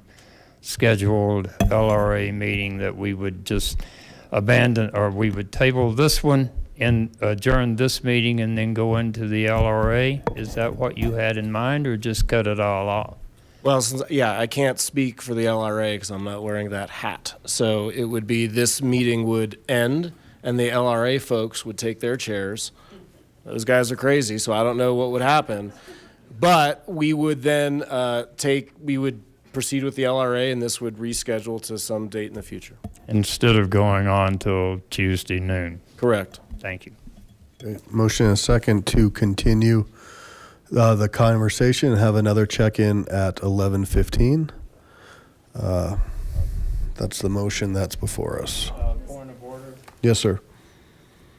Is the motion before us to call time on this one, which would be an affirmative, or are we voting to stay with this? Thank you for the clarification. Which it's easier to do it in the affirmative. A yes vote means we keep going and do a check-in in 1 hour. That's what a yes vote means, which I'm advocating for because I have some questions. All right. Please cast your vote. Councilor Abel, yes, I see your vote. Okay. Oh, yeah. Well, I'm just clear everything. Please recast your votes. And we're going to continue 7 ayes, 3 nays, nays being Abel, Beta, Springsteen. Till 11, yes. 11:20. Sorry. It's an hour, is what it was. We'll get it done. Councilor Skilling? Rotem? Yes, sir. Are we going to 11 or 11:20? 11:15. Well, we said 11:15. It would be an hour. Yeah. All right, speed questions. All right, speed questions. So something that I don't think we've talked about, is there any 5G antennae up right now that's been installed in the city? I don't know. I'm just kind of looking generally in that direction. I don't think so. We're getting no's. Okay, there are applications in the, we'll call it the pipeline, although that's an overused term, but there are, and I know it's too soon, there are applications for 5G antenna in the pipeline, correct? There's applications for small cell, which initially they're deploying 4G technology on, with the idea that at some point when they want to roll out 5G, it's available. How far out in the future, if everything went according to plan for those folks, what are we looking at? A month, 6 months, a year? It depends on the company. I mean, some companies are already deploying in some metro areas. I haven't been privy to, their business. Well, I guess what I'm getting is it's not exigent, it's not next week, it's not, they're not standing outside waiting to roll the trucks. That's my understanding. I'm really interested, Mr. Feldman, in this Dougco case. Is there any other light you can shed on that? Because I believe what you had said was Dougco had to sue, I assume in some kind of declaratory relief fashion, to say, hey, Judge, we're getting threatened by these companies, and we need somebody to kind of decide that, or something to that effect. And then you had said, I think that Dougco prevailed on one side of it, maybe did on the whole thing. What did they exactly prevail on? At the risk of there's no court reporter, so you're good. No, I'm trying to be sensitive to your timing. Some of the changes in the code that are before you tonight have nothing to do with small cells. They deal with other kinds of wireless facilities.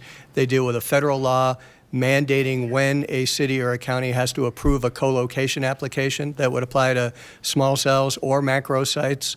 And that's another area that the city code is not up to speed on. In Douglas County, the issue was if you qualify for what the federal government calls an eligible facilities request, there's no discretion. It must be approved. The modification must be approved. T-Mobile applied for a site in Douglas County. They said it's an eligible facilities request. You must approve it. And it was on a pole in the right-of-way. The county looked at it and said, we don't think it's an eligible facilities request. It's too big, or it does this change or that change. And they went back and forth. And then months went by, and T-Mobile came back and said, we are now giving you supplemental information like you asked, which they didn't ask for. And we're restarting the shot clock. You must act within a certain period of time. And the county said, no, we don't have a shot clock going. Your application was rejected. You didn't qualify as an eligible facilities request. And if they were, the federal law says they can come in and get a building permit right away. And they said, we're coming in and we're getting our building permit. We're going to, I'm oversimplifying, but essentially the county had to go to court and say this, one, we denied your application, so you can't say the shot clock was still running. And two, this was not an eligible facilities request. We don't have to approve it. The county won on both of those in the recommended decision of the federal magistrate. The court, if I'm remembering it correctly, disagreed with the county and said, no, you didn't actually formally tell them you were denying their application, so it might have still been pending, but you were within your rights to say this is bigger than what they're saying it is, and it is not an eligible facilities request, so you can deal with it through your regular land use process. You don't have to approve it under federal law like the company was claiming they had to do. Almost sounds like it was more of a process rather than a substantive issue. A little bit of both, actually. Yep. So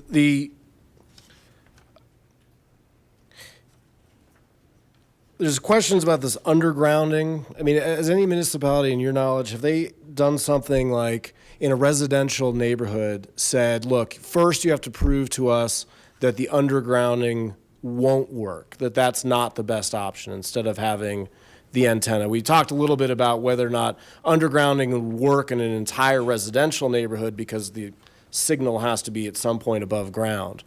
But is that something that we could enforce by saying that you must prove that you can do the undergrounding first, which in many instances could be actually less invasive than having the above ground antenna?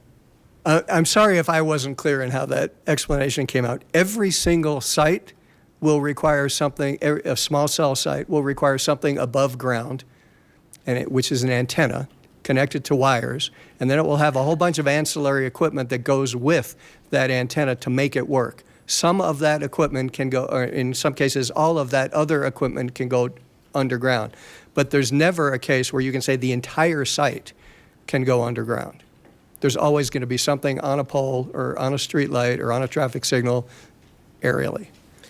So, I thank you for that. I guess what you had said earlier too was talking about the objective standards and what's reasonable in using our police power to do aesthetics. We've talked about some of how many feet it can be from homes. We've talked about 15 feet. We talked about trees. We've talked about Larimer County and 250 feet. There's a lot of these issues that I think still need to be addressed, and I don't see a real great emergency to have this adopted right away. What I see this as is this is the starting point. This is good. We just need to build, I think, upon it. And perhaps there's stricter things that we can do, push the envelope. I think you had said even that some of these objective standards and the reasonableness of these aesthetic codes in, for example, a residential neighborhood have yet to even be litigated. We don't really know how far we can go with those aesthetics. And I say to those council people that have some concerns about what this will do to the city, especially with aesthetics in residential neighborhoods, that this would be an opportunity not for us to say that we can't implement 5G. It sounds to me like our destiny has pretty much been decided for us by our overlords in the feds and at the state level, and so they're not really interested in what we have to say. But with that said, I think we push the envelope, and especially in the residential. And I think we're not throwing out what's been done. This stays. I think what we do is tweak it. We add to it. I'm certainly interested in continuing to have perhaps more amendments to that end. This is our first discussion we've had as a council about 5G that I know of, unless I missed some sort of study session. I'm not interested in having a study session and rehashing whether the RF is affecting neighbors, all of that. I'm more interested in having a further discussion about what we heard about Larimer County or the tree examples or what other aesthetic things that we can do. Because I really think that if these things start going up, I've got a telephone pole right in front of my house. If it goes up, we may not have a lot of interest right now. We're not getting pounded with email after email about 5G, but I guarantee you these things start going up in the neighborhoods and they're going to say, what did you guys do? And we're going to say, well, the feds and the state and all that. I'd rather come back at that point when they say, well, we did everything we could do in the face of federal and state law, which I'm not advocating we violate. So I'd rather try to push that envelope, especially with the residential. And this is our first conversation, so I'd like to continue to have it. I don't know if that is a study session or if that's just a round 2 of this, because I don't want this thrown out. But you're looking at me very quizzically, and that could just be because it's late. Are you in this till 2 a.m.? You've been to Lakewood before. You know how this is going to go. But let me just say this, Mr. Feldman, I really do appreciate the work. I listened to the Lakewood Speaks that you gave ahead of time. And I didn't know a lot of this stuff. So I thought it was extremely well presented tonight. I think it was extremely fair, and I think it's kudos to both of the professionals in the room that they're, he attributed your presentation to be extremely fair on these issues. And I have no reason to doubt that your contribution to this and the rest of our staff, Mr. Goldstein has been very involved in some of this stuff, that all of staff has done a great job in trying to figure out, well, we don't want to be, somebody said in public comment earlier, we don't want to be in a May 10th situation. Well, here's our May 10th. Everyone has said we don't want staff to kind of go out on, we won't rehash that, but here's our chance. So I'm rambling, but that's kind of my position on it right now. So has everybody had a chance to weigh in? Okay, Councilor Vincent. Yeah. I'm going to let everybody go, and I want to try to see if I can get us to some sort of direction. And that's kind of where I was going. What could we do? Because a study session we could get the same thing over and over again. What are some of our options other than doing a study session? Would it be a workshop? Would it be bringing this up for any amendments, getting them to staff? And can I build off that, Counselor? Sure. Okay. So, this has essentially been the same, right? we had an extended over a month, I think, with the encouragement of get all these questions in, ideas, get the community to engage as much as we can, as rich as we can. And what I'm hearing, I don't know if just another study session gets us to the different areas, because what I'm hearing is we have some folks that are really concerned about the environmental part. Now, are we going to have that all done by a study session? No, because we've heard, frankly, from two credible people saying people on both sides disagree on the science of all this. So are we going to come to a conclusion on that? I don't know. I would venture to guess probably not. Then I hear some people saying, let's wait till we get action from the Court of Appeals. So does that mean we wait to schedule until we hear? And that could be 3 months, that could be a year. So that's one option. Or I've also heard some people say, this is inevitable. Let's build within our framework and make it as tough and maybe push the envelope a little bit in some areas and see what happens. Those are the three kind of areas that I see. And I don't know what that would look like as far as a continuance, if you continue with some ideas of what people want to see as amendments, and how we would process that, and then we just continue this again for a date certain, if that was the case. So look at Mr. Cox, and he's giving me a real dirty look. That is the late hour. Yeah, the options are not that varied. We can have a study session, and you can put off second reading until after that happens. You can extend or continue second reading this process, set a date certain to resume that, and what you do in between by way of asking for amendments or ideas or anything is entirely up to you as to how you use that time. I think if we were talking seriously about putting this off until after we hear from the Ninth Circuit, in light of the time frame that Mr. Fellman heard about today, we'd be continuing it indefinitely if it's going to be 3, 6, 8, 10 months or longer, and that seems a little attenuated to wait another close to a year to get it on the calendar again. And the pressure that puts on staff. And the pressure Right. that puts on staff as this. I appreciate that too. I mean, staff has continued to take arrows for a lot of different things, and we should, if we're not going to act, we should find a way to act, whether it's up or down or a moratorium or whatever, so that there's not this kind of continued push that staff is doing things that really are outside of their control. And then what does that look for the next ordinance as well? So say we push this to another input thing. Do we need to have the fees in place, because do these fees apply to all things or just related to ordinance 12? So we'll have to figure that out too. If there were an extension, would we extend both, or would we just adopt fees based upon what's there? I don't know if those fees would really change, but we'd probably want to do them the same. I think you'd continue the fee schedule for the same time. Okay, so I'd like to suggest that we go ahead and continue this, not have a study session to a date certain, but then it's a responsibility of us to know probably the amendments, what it is maybe we can change, knowing that there's a lot that we can't, not to end up in this same predicament again, or this same wheel. Is that your motion? I think so, but I got a comment. Can I make a comment before the motion? Yeah. Okay, I just want to say that I forget what I wanted to say. It's late. Oh, the 1996 telecommunications bill.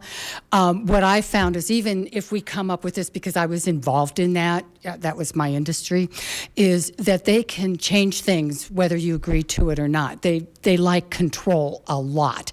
And they also like to open a day of input and then close it right away and then take a vote. So I'm just throwing that out there. But now I'd like to make the motion. Who would like to second it? So before you make the motion to a date certain, let's figure out that date certain. I'm just looking at the calendar, and the soonest we could do it, the next regular meeting would be March 23rd.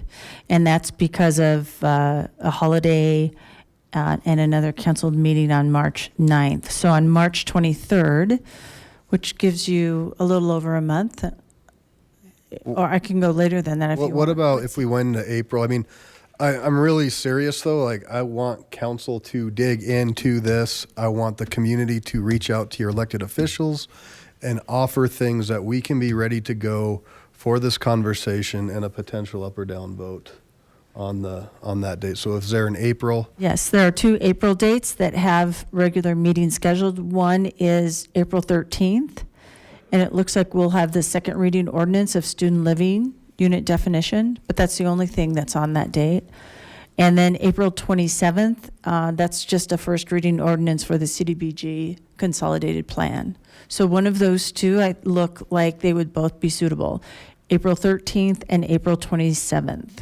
I would suggest the 27th, just knowing what that. That'll be really a light, because it's just a first reading. So then I make a motion that we continue this discussion for the second ordinance reading till April 27th. Second. There's a motion, a second. Councilor Bida. Thank you. I just wanted to say that part of my thoughts on, exploring the options here, it would be to have some sort of discussion with our elected representatives. There are several of us going out to Washington, D.C. in a couple of weeks for that very purpose. And we're going to be meeting with staff from the White House as well as with our elected officials. This should be the #1 topic of conversation as far as I'm concerned.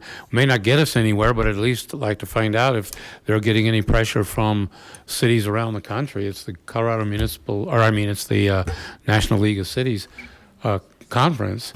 So, and added to that, I'm wondering what's being done, if anything, by the Colorado Municipal League. Typically, I just want to make this comment. I think it's very important. We sit on the legislative committee here. There's several of us, and we jealously guard our local control. Anytime there's any bill that comes along, we turn it upside down and inside out, and make sure they're not trying to push against our ability to have local control. And then we come up with this thing when they've taken it as much of it away as they can. And so I'd like to know if there's been any discussion with the Colorado Municipal League. They're the ones that are supposed to represent us. I know our city manager is, I believe, on the board of directors. Have they had any discussion on this at all? Are they interested in protecting our abilities to control our local government? So real quick, just to a point of order. So these are all super valid, and I think we can answer that. Let's get through the motion in the second that's on the floor related to the extension, but I think that's a valid point. We certainly can address both of those. That's okay. So anybody else wish to speak to this motion? Okay, Councilor Springsteen. Well, I just had a question about, so the motion is for a continuation of the second reading versus a study session, and what is the difference between a second reading and study session, and does the public get to weigh in more in a study session? And also, could we have different perspectives, like Dr. Shikley, in a study session versus a second reading? Would it give us a more well-rounded understanding of the situation? Yeah, Councilor, you bring up a good point. And so this is kind of what we've always dealt with. And so Mr. Fellman represents the city and the residents of Lakewood. That's his duty to protect us in that manner. And I think that what you're asking in our normal processes, no. The community is engaged in study session. That's something that's newer. The community is engaged in our public comment. We allow for that pooling. Where we run into some trouble is that there's 11 of us, and we all may want to hear from different people about different things. And so how do we balance that? And so I think that's more of a process question going forward in how we deal with these things. A continuation of second reading would be much like tonight, where we're re-announcing to the world now that we have over 2 months to look at the regulatory, keeping in mind this is regulatory, and looking at suggestions that council as a body could make to this process that could then be voted up or down. It's much like, the state legislature where you go before a committee we've had that opportunity. We're asking experts to weigh in. Normally on a continuance, we wouldn't have an extension of public comment. I mean, in the past, we haven't done that. And so we're trying to be real sensitive to everybody. And frankly, I know the folks that are already involved are going to let us know. We've already heard from them. So that's the way I would see this happening, is it's a continuance. It's the community's opportunity to work with your elected officials or to ask questions of staff. You asked a great question about a section and what happened to that. Get the clarity that you need to say, all right, this is how I think we should change it. If there's an environmental thing that you want to try to add that you've seen in another community, let's get that all put together, and then we'll have to just vote up or down basically upon that.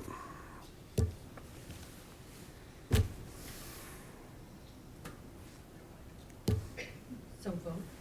Hold on, there's still, I'm just waiting to, okay, Councilor Franks, Gutwein, Skilling.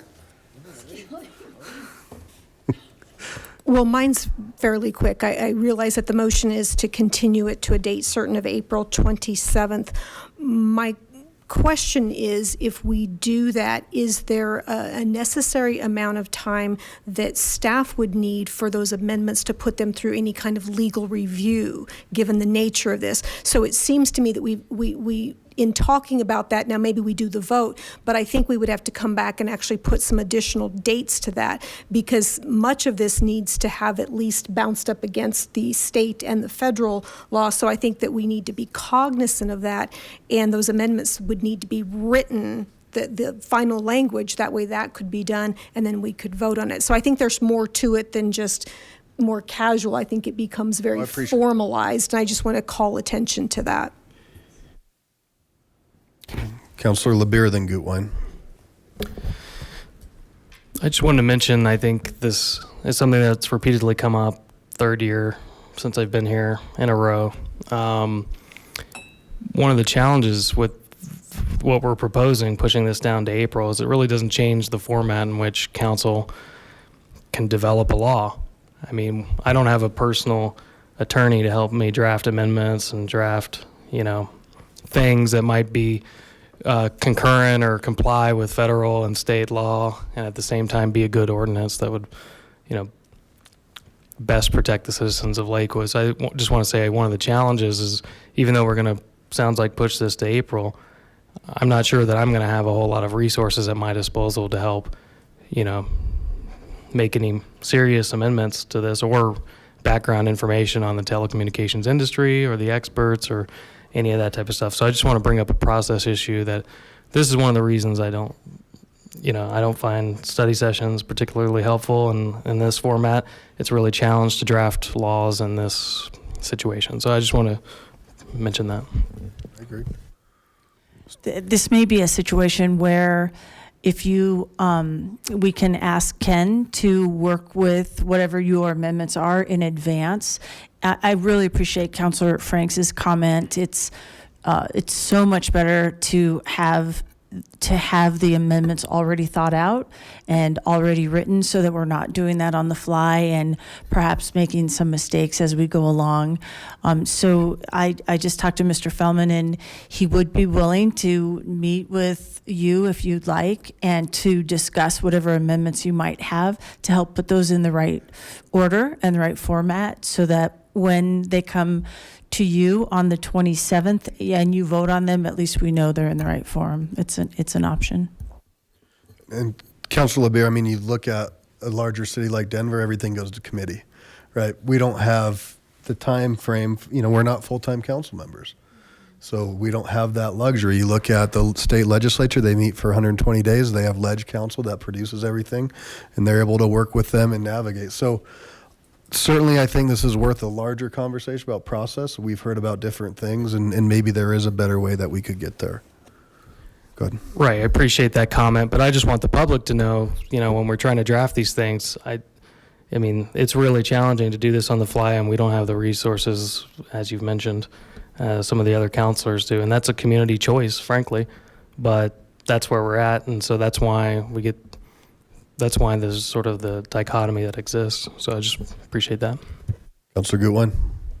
Well, just to kind of piggyback on that, I think that's one of the reasons why we have Mr. Fellman here is because none of us have the time to research what every single city is doing. And even though we all did our best to do that, and I think we asked a lot of good questions, but that's the whole point of hiring an expert in this who has helped multiple cities all across the state. This isn't, kind of the first rodeo here. And my concern with all of this is that I'm not sure that there are a ton of ways that we're going to be able to push the envelope further than we already have. I think we should try. Let's do that. Let's try. But I kind of wish that those questions could have been asked beforehand. And this is just a moving forward in light of all of us wanting to make our process more efficient. Because if you look through all the cities in California and what they did when we asked, we can't do those things. And the ones that we can do are already in here. So, let's push the envelope. I guess our direction to staff is, can we push the envelope any further than we have? And then to us, can you find another way that we can push the envelope further than there is in this document? And so, yeah, I think I would just please encourage that we don't rehash this entire conversation again and do our due diligence. But I think it's important to the community to understand that we did hire considered one of the best experts in the state of Colorado to help us push the envelope as far as we can so that we are protecting our community as best as we can. That's what we did. So I'll support continuing it. That's all. So could we have a motion to the 27th? Where was the second? Okay. So we have a motion and a second to continue ordinance 2020-3? No, 2020-1 to April 27th. All right, please cast your votes. And that passes 9 ayes, 1 nay. Will the clerk please read item 13? Item 13, Resolution 2020-9, establishing certain fees for placement of wireless carrier or small cell facilities within the City of Lakewood Public Way. Yeah, okay. There is really no presentation anymore because this kind of parallels with what we just continued till the 27th. I will, absent a motion to continue, I'll open a public comment on this item, keeping in mind it's not relevant-ish.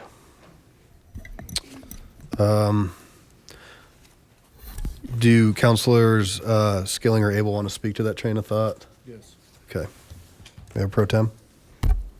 So I move that we continue resolution 2020-9 to April 27th to be heard after item 12, 2020-1. Second. Okay, motion is second. Any discussion? There's discussion amongst our city attorney right now.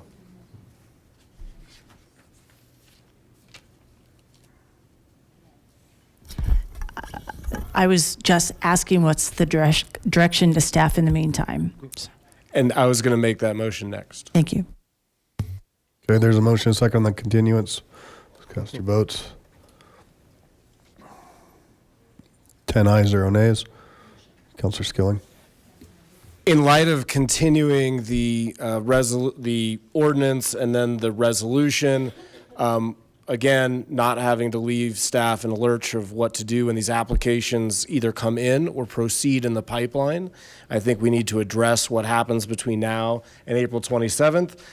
I would think that we should not be accepting or pausing. We should pause all applications coming in and pause all applications that are proceeding so that they do not proceed in the meantime without these new rules that could be adopted in place. Second. Or at least discuss that idea. So was that a motion that you were making that was seconded? It was. Okay, so there's a motion in a second. I'm going to look to our legal team on the legality of this motion. Mr. Mayor, I'm sensitive about giving legal advice in a public meeting. If council wants me to, I will. Nope. Mr. Mayor, I would just add that there has been some discussion of this topic in the course of this meeting, a little less formal, so I think there's some indication anyway of some of the obstacles. So, and I think that the motion was being made from a spot to help take away any kind of ambiguity or any kind of for staff, so I appreciate that. I do believe we've heard tonight, I guess it could be the purview if council wants to go into executive session to further seek legal advice. I have Councilors Gutwein and Harrison.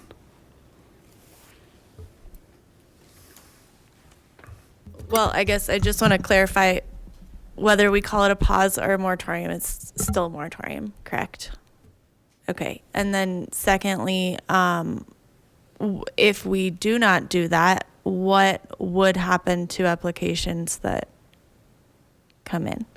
And so does staff currently have the tools to address this until April, or do we have pending applications now until April 27th?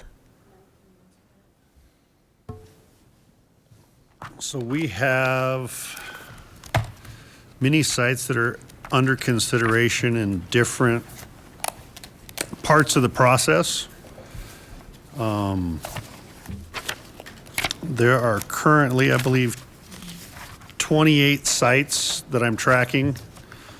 16 of them we've already issued what we call statements of no objection because they comply with our design guide, which means that they can go to Excel and get Excel to start replacing their pole. It's kind of there's lots of different pieces to the puzzle. We're talking so much about the antennas and that stuff. These companies are also extending fiber optic cables to a lot of these locations, and that's a whole separate permit process. So, I mean, we have, whether it's on an Excel pole, you know, like I said, they're working with Excel to get those poles replaced. We have, last time I drove by, which has been a week, probably 2 weeks ago, we have 8 sites that are getting very close to operational. A couple of them just needed their fiber optic cable put to them. So, I mean, we're kind of all over the spectrum as where they are in the process. Okay. I guess I'm just going to say I feel like we as a body really just dropped the ball, because we shouldn't be having this discussion about whether or not we're going to have a moratorium because we didn't do our job. So. Councilor Harrison. I would agree with that statement, Councilor Gutwein. We have had lots of options to talk about this. I think what staff would have to do at this particular point in time is follow the state law. That's what they have to do. That's what's kind of governing this. And then on April 27th, if we as a body can come to a decision, then we can follow City of Lakewood law. But for the time being, between now and April 27th, it's state law that they're following up, and that's what our staff can do. I don't see that we can come down on them and have a moratorium. What we were told earlier in this meeting is that a moratorium by FCC regulations is prohibited. A pause is the same thing as a moratorium. I don't know that we can do that federally. So I think what we have to do is stand behind the staff and say state law is what they're going to do now until April 27th. And then if we make a change, then they follow what we change. I don't see that there's any other options. Councilor Springsteen.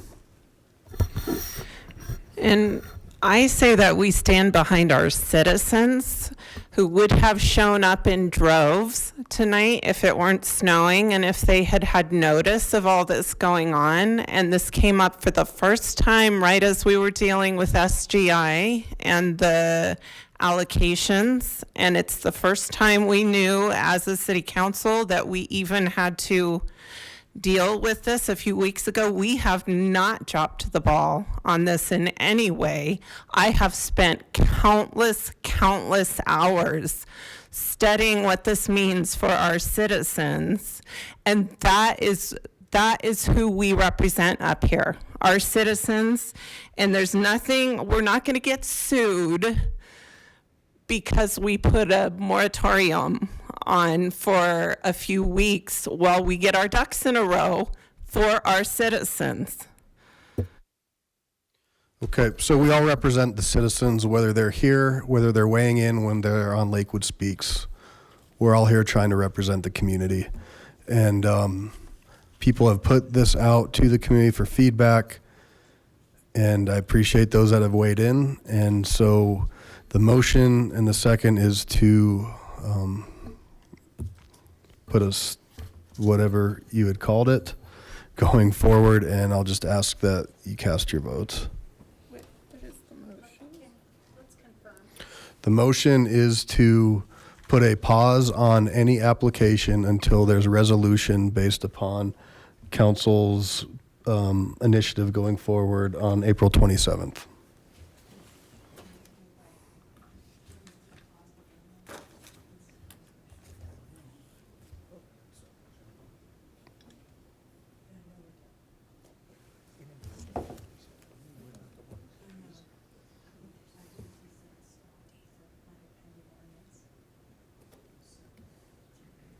It would be later than that because it would have to go into effect. So it would be whatever upon signage, so a month after.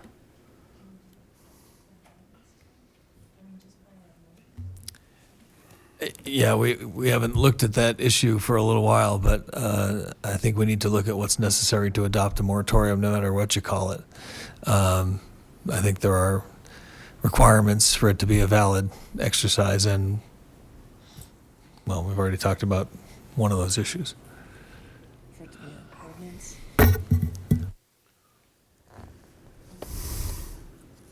So I need clarity here. There's a motion and a second. And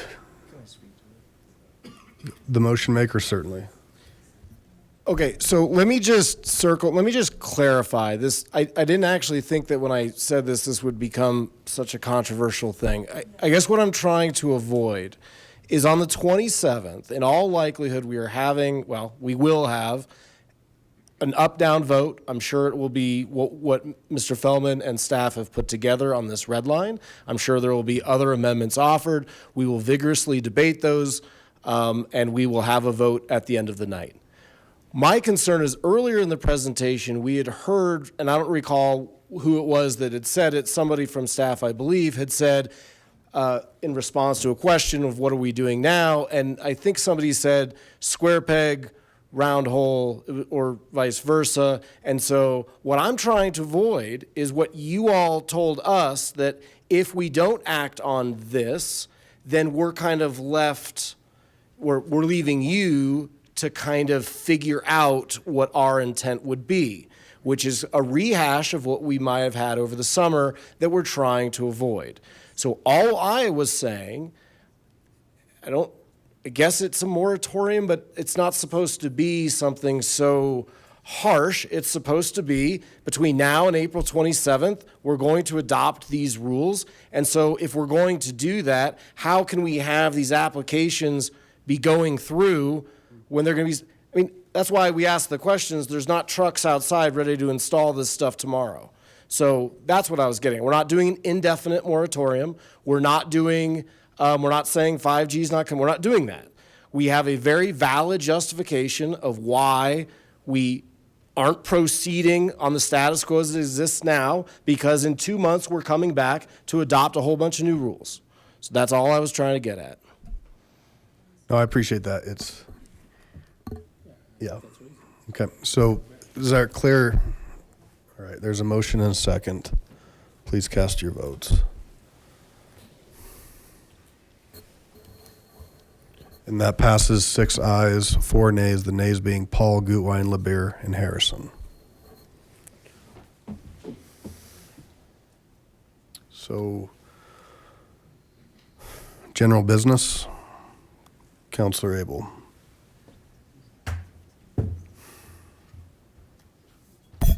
Thank you. Let me get my computer fired back up and get to the item.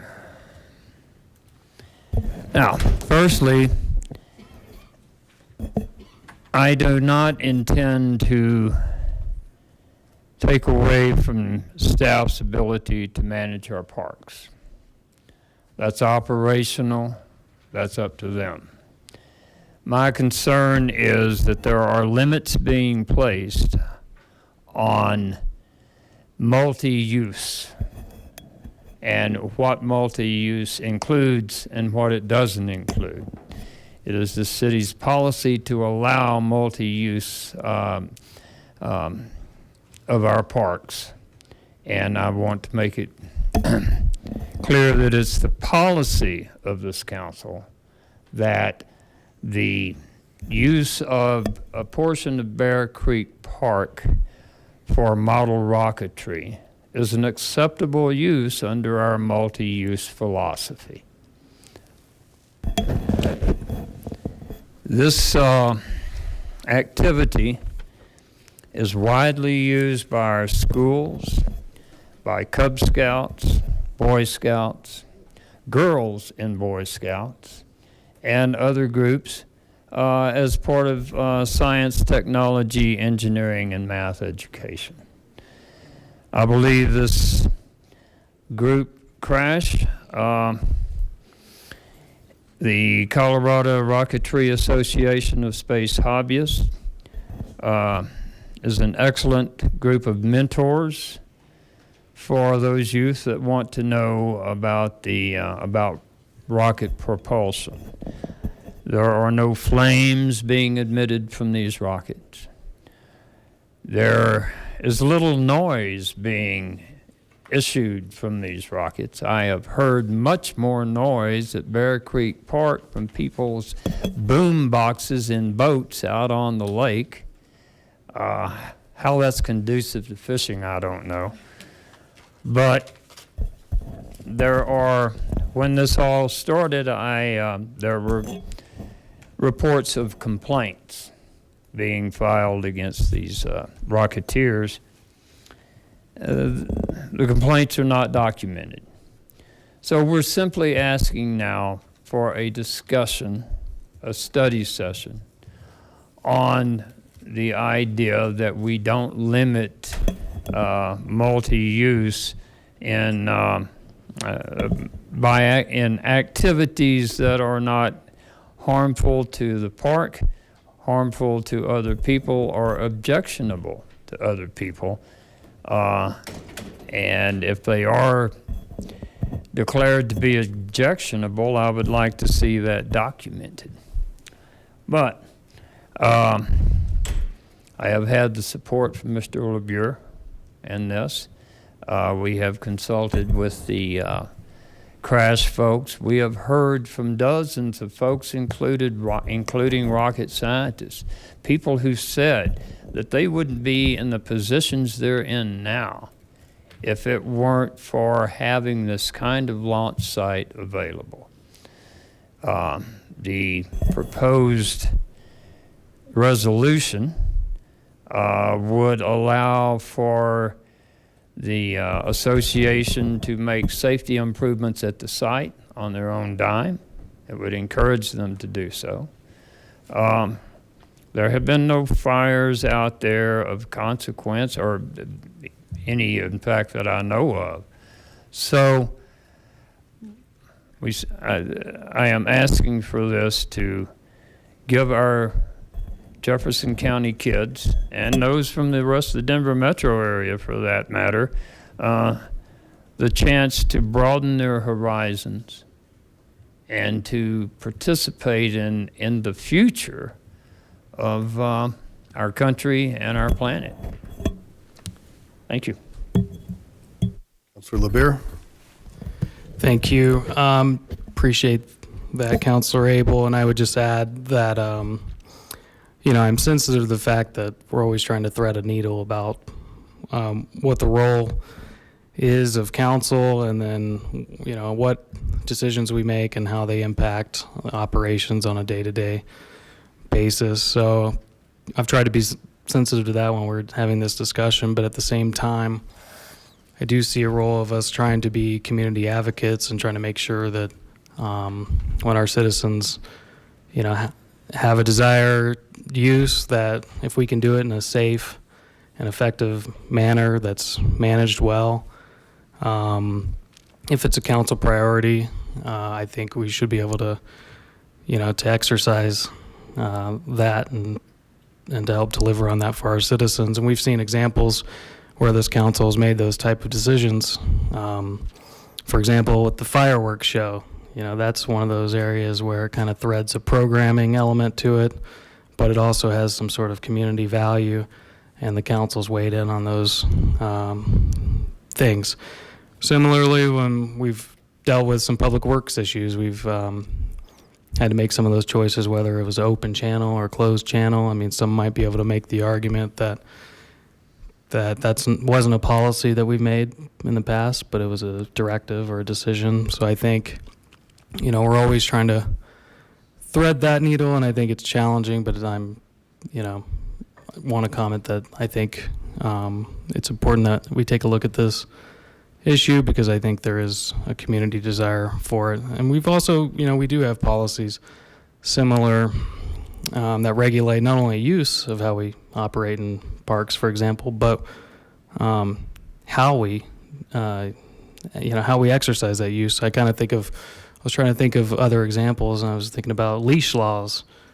Not only do we say you can have a dog in the park, but we tell you how you can have a dog in the park. So I think there's a regulatory framework in place right now that we could build off of. And if this is a value that the council has or shares, I think, you know, let's take a look at it. Thanks. Cool.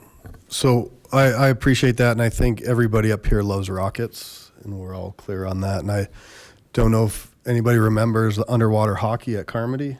When we took away underwater hockey at Carmody, it caused quite a stir, right? And so government is tasked with managing resources and movements and people and all these different things. And we've seen and we've heard these numbers of Bear Creek Lake Park.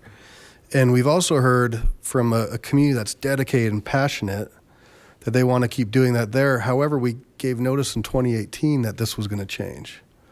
And a whole year went by and nothing happened. And now we've extended them a whole nother year to say, we want to work with you and find a place that's still amenable. This doesn't quite fit the management needs of this park.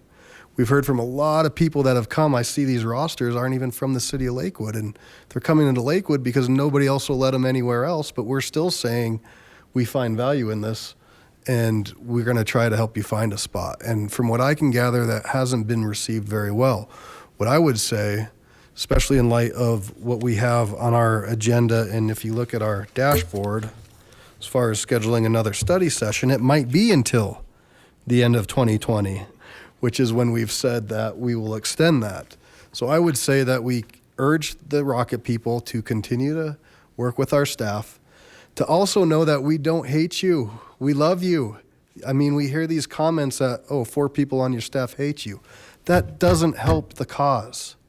We want to all work together, please. We have so many divisive issues in this community right now. The last thing we need to do is be drawn apart. So I think we can find a way to continue to work together and give that opportunity for staff who I trust and I believe is meaningful in them trying to find another alternative. Thank you. Mayor Pro Tem. I was going to say a similar thing in that we hear that they were kicked out of the park and there's no discussions, but I mean, we did at the beginning, or it was late last year, we gave staff a year to work with them. I don't think we're even inside, or we've even done 6 months yet. I don't even think it's been that long. I know that they've already come up with alternative sites. Whether or not those are accepted or denied, who knows, but the discussion is fruitful. So let that play out. I mean, we need to, if we're empowering our staff to make these types of decisions and we empower them to have this extension, let's let them keep working on it. Councilors Franks, Vincent, and Abel. Thanks, Mayor Paul. I just want to build off of that. Again, a year extension. We're less than a couple months into that. Also, I think we have to be really sensitive that we've turned a lot of folks away. And so the detailed document that we got about the number of events and numbers of groups. So if we think that there needs to be a broader discussion about the use of our parks and multi-use, and we need to come up with a legislative framework, I think that maybe we could put that on our next year's agenda. But I would like to see how we can continue to work with the folks. I think there's already been one potential site that was put out there. There might be some concerns with that, but I did sound like there was a willing partner, I think, in the school district. So I certainly am supportive of figuring out how we can legislatively maybe look at this, but at this time I'd like to see how operationally our staff can continue to work with that group and obviously other groups who've come forth and wanting to do things. So I don't want to just kind of narrow the conversation. We have a very long list of events. We have a long list of groups that have been denied, and there may be an ask that staff has for council. If there's things that you need from us that would be, that would kind of support some of this process, but we do see that we've turned away a lot of folks, and so I think we have to be very thoughtful about multi-use. What does that look like? What are those conflicts? Is there ways to make other adjustments? And so I think that with the budget cycle that'll come up soon enough, and with us, let us know if there's legislative things that you see coming out of this. I think that's important. Councilors Gutwein, Vincent, and Councilor Abel's coming back, but he's still on deck. I agree. And I do just want to really reiterate that this, the Rocket group was not singled out, that there are a lot of other groups that, you know, are not able to use the facility, or that those uses were changed. And I just think that's really important to understand that we do absolutely support our STEM programs. I personally love STEM programs, and so I would love to see us continue to work together and find a place. And it does sound like that effort has been fruitful. I know there was at least one Jefferson County Schools that it's at Devlin. It's a STEM school. It's a larger site than the launch area. I do see that there were some concerns about that site. But I think that it shows that our school district is also committed to helping us find a location that's going to work for everyone. So I'd like to just continue the efforts and really not make this about who's for STEM and who's not for STEM, because I think we all are for STEM. Spoken like a true engineer who grew up with STEM, I bet. Councilor Vincent. It's been said. I don't. Councilor Abel.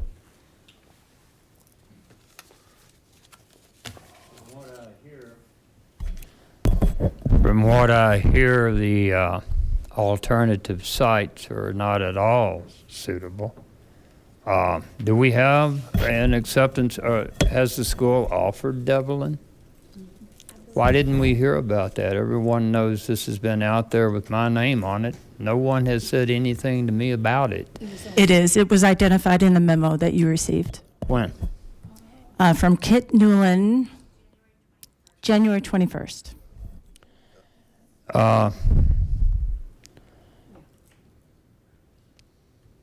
There are sites that can be offered that, you know, are just entirely unsuitable. One of the, I was told one of the sites that was under consideration was at Cherry Creek Park, and if these folks could pay $1,000 a month, then they could use that. These folks can't pay $1,000 a month. That's not what this is about. So it is simply, do we want to accommodate all use? any reasonable use of our park, or are we going to pick and choose depending on any number of pejorative and subjective reasons? Thank you, Council Abel. So I think there's consensus to stick with the process and continue with what staff has laid out. I'm looking around here. So I'm seeing no. That's not 1, 2, 3, 4, 5, 6, 4. So, okay. I'm gonna, unless there's a burning report from council, I'm gonna skip that and move us, adjourn this meeting. Is there a burning anything? All right, I'm gonna adjourn this meeting at 11:18. I'd like to call to order the Lakewood Reinvestment Authority. Mr. Smith always gets late night duty with us. Do you want to, okay, let's take a 3-minute break. That's fine. Some people have to go just get ready. So how about till, it's 11:18, so how about till 11:25? Sorry.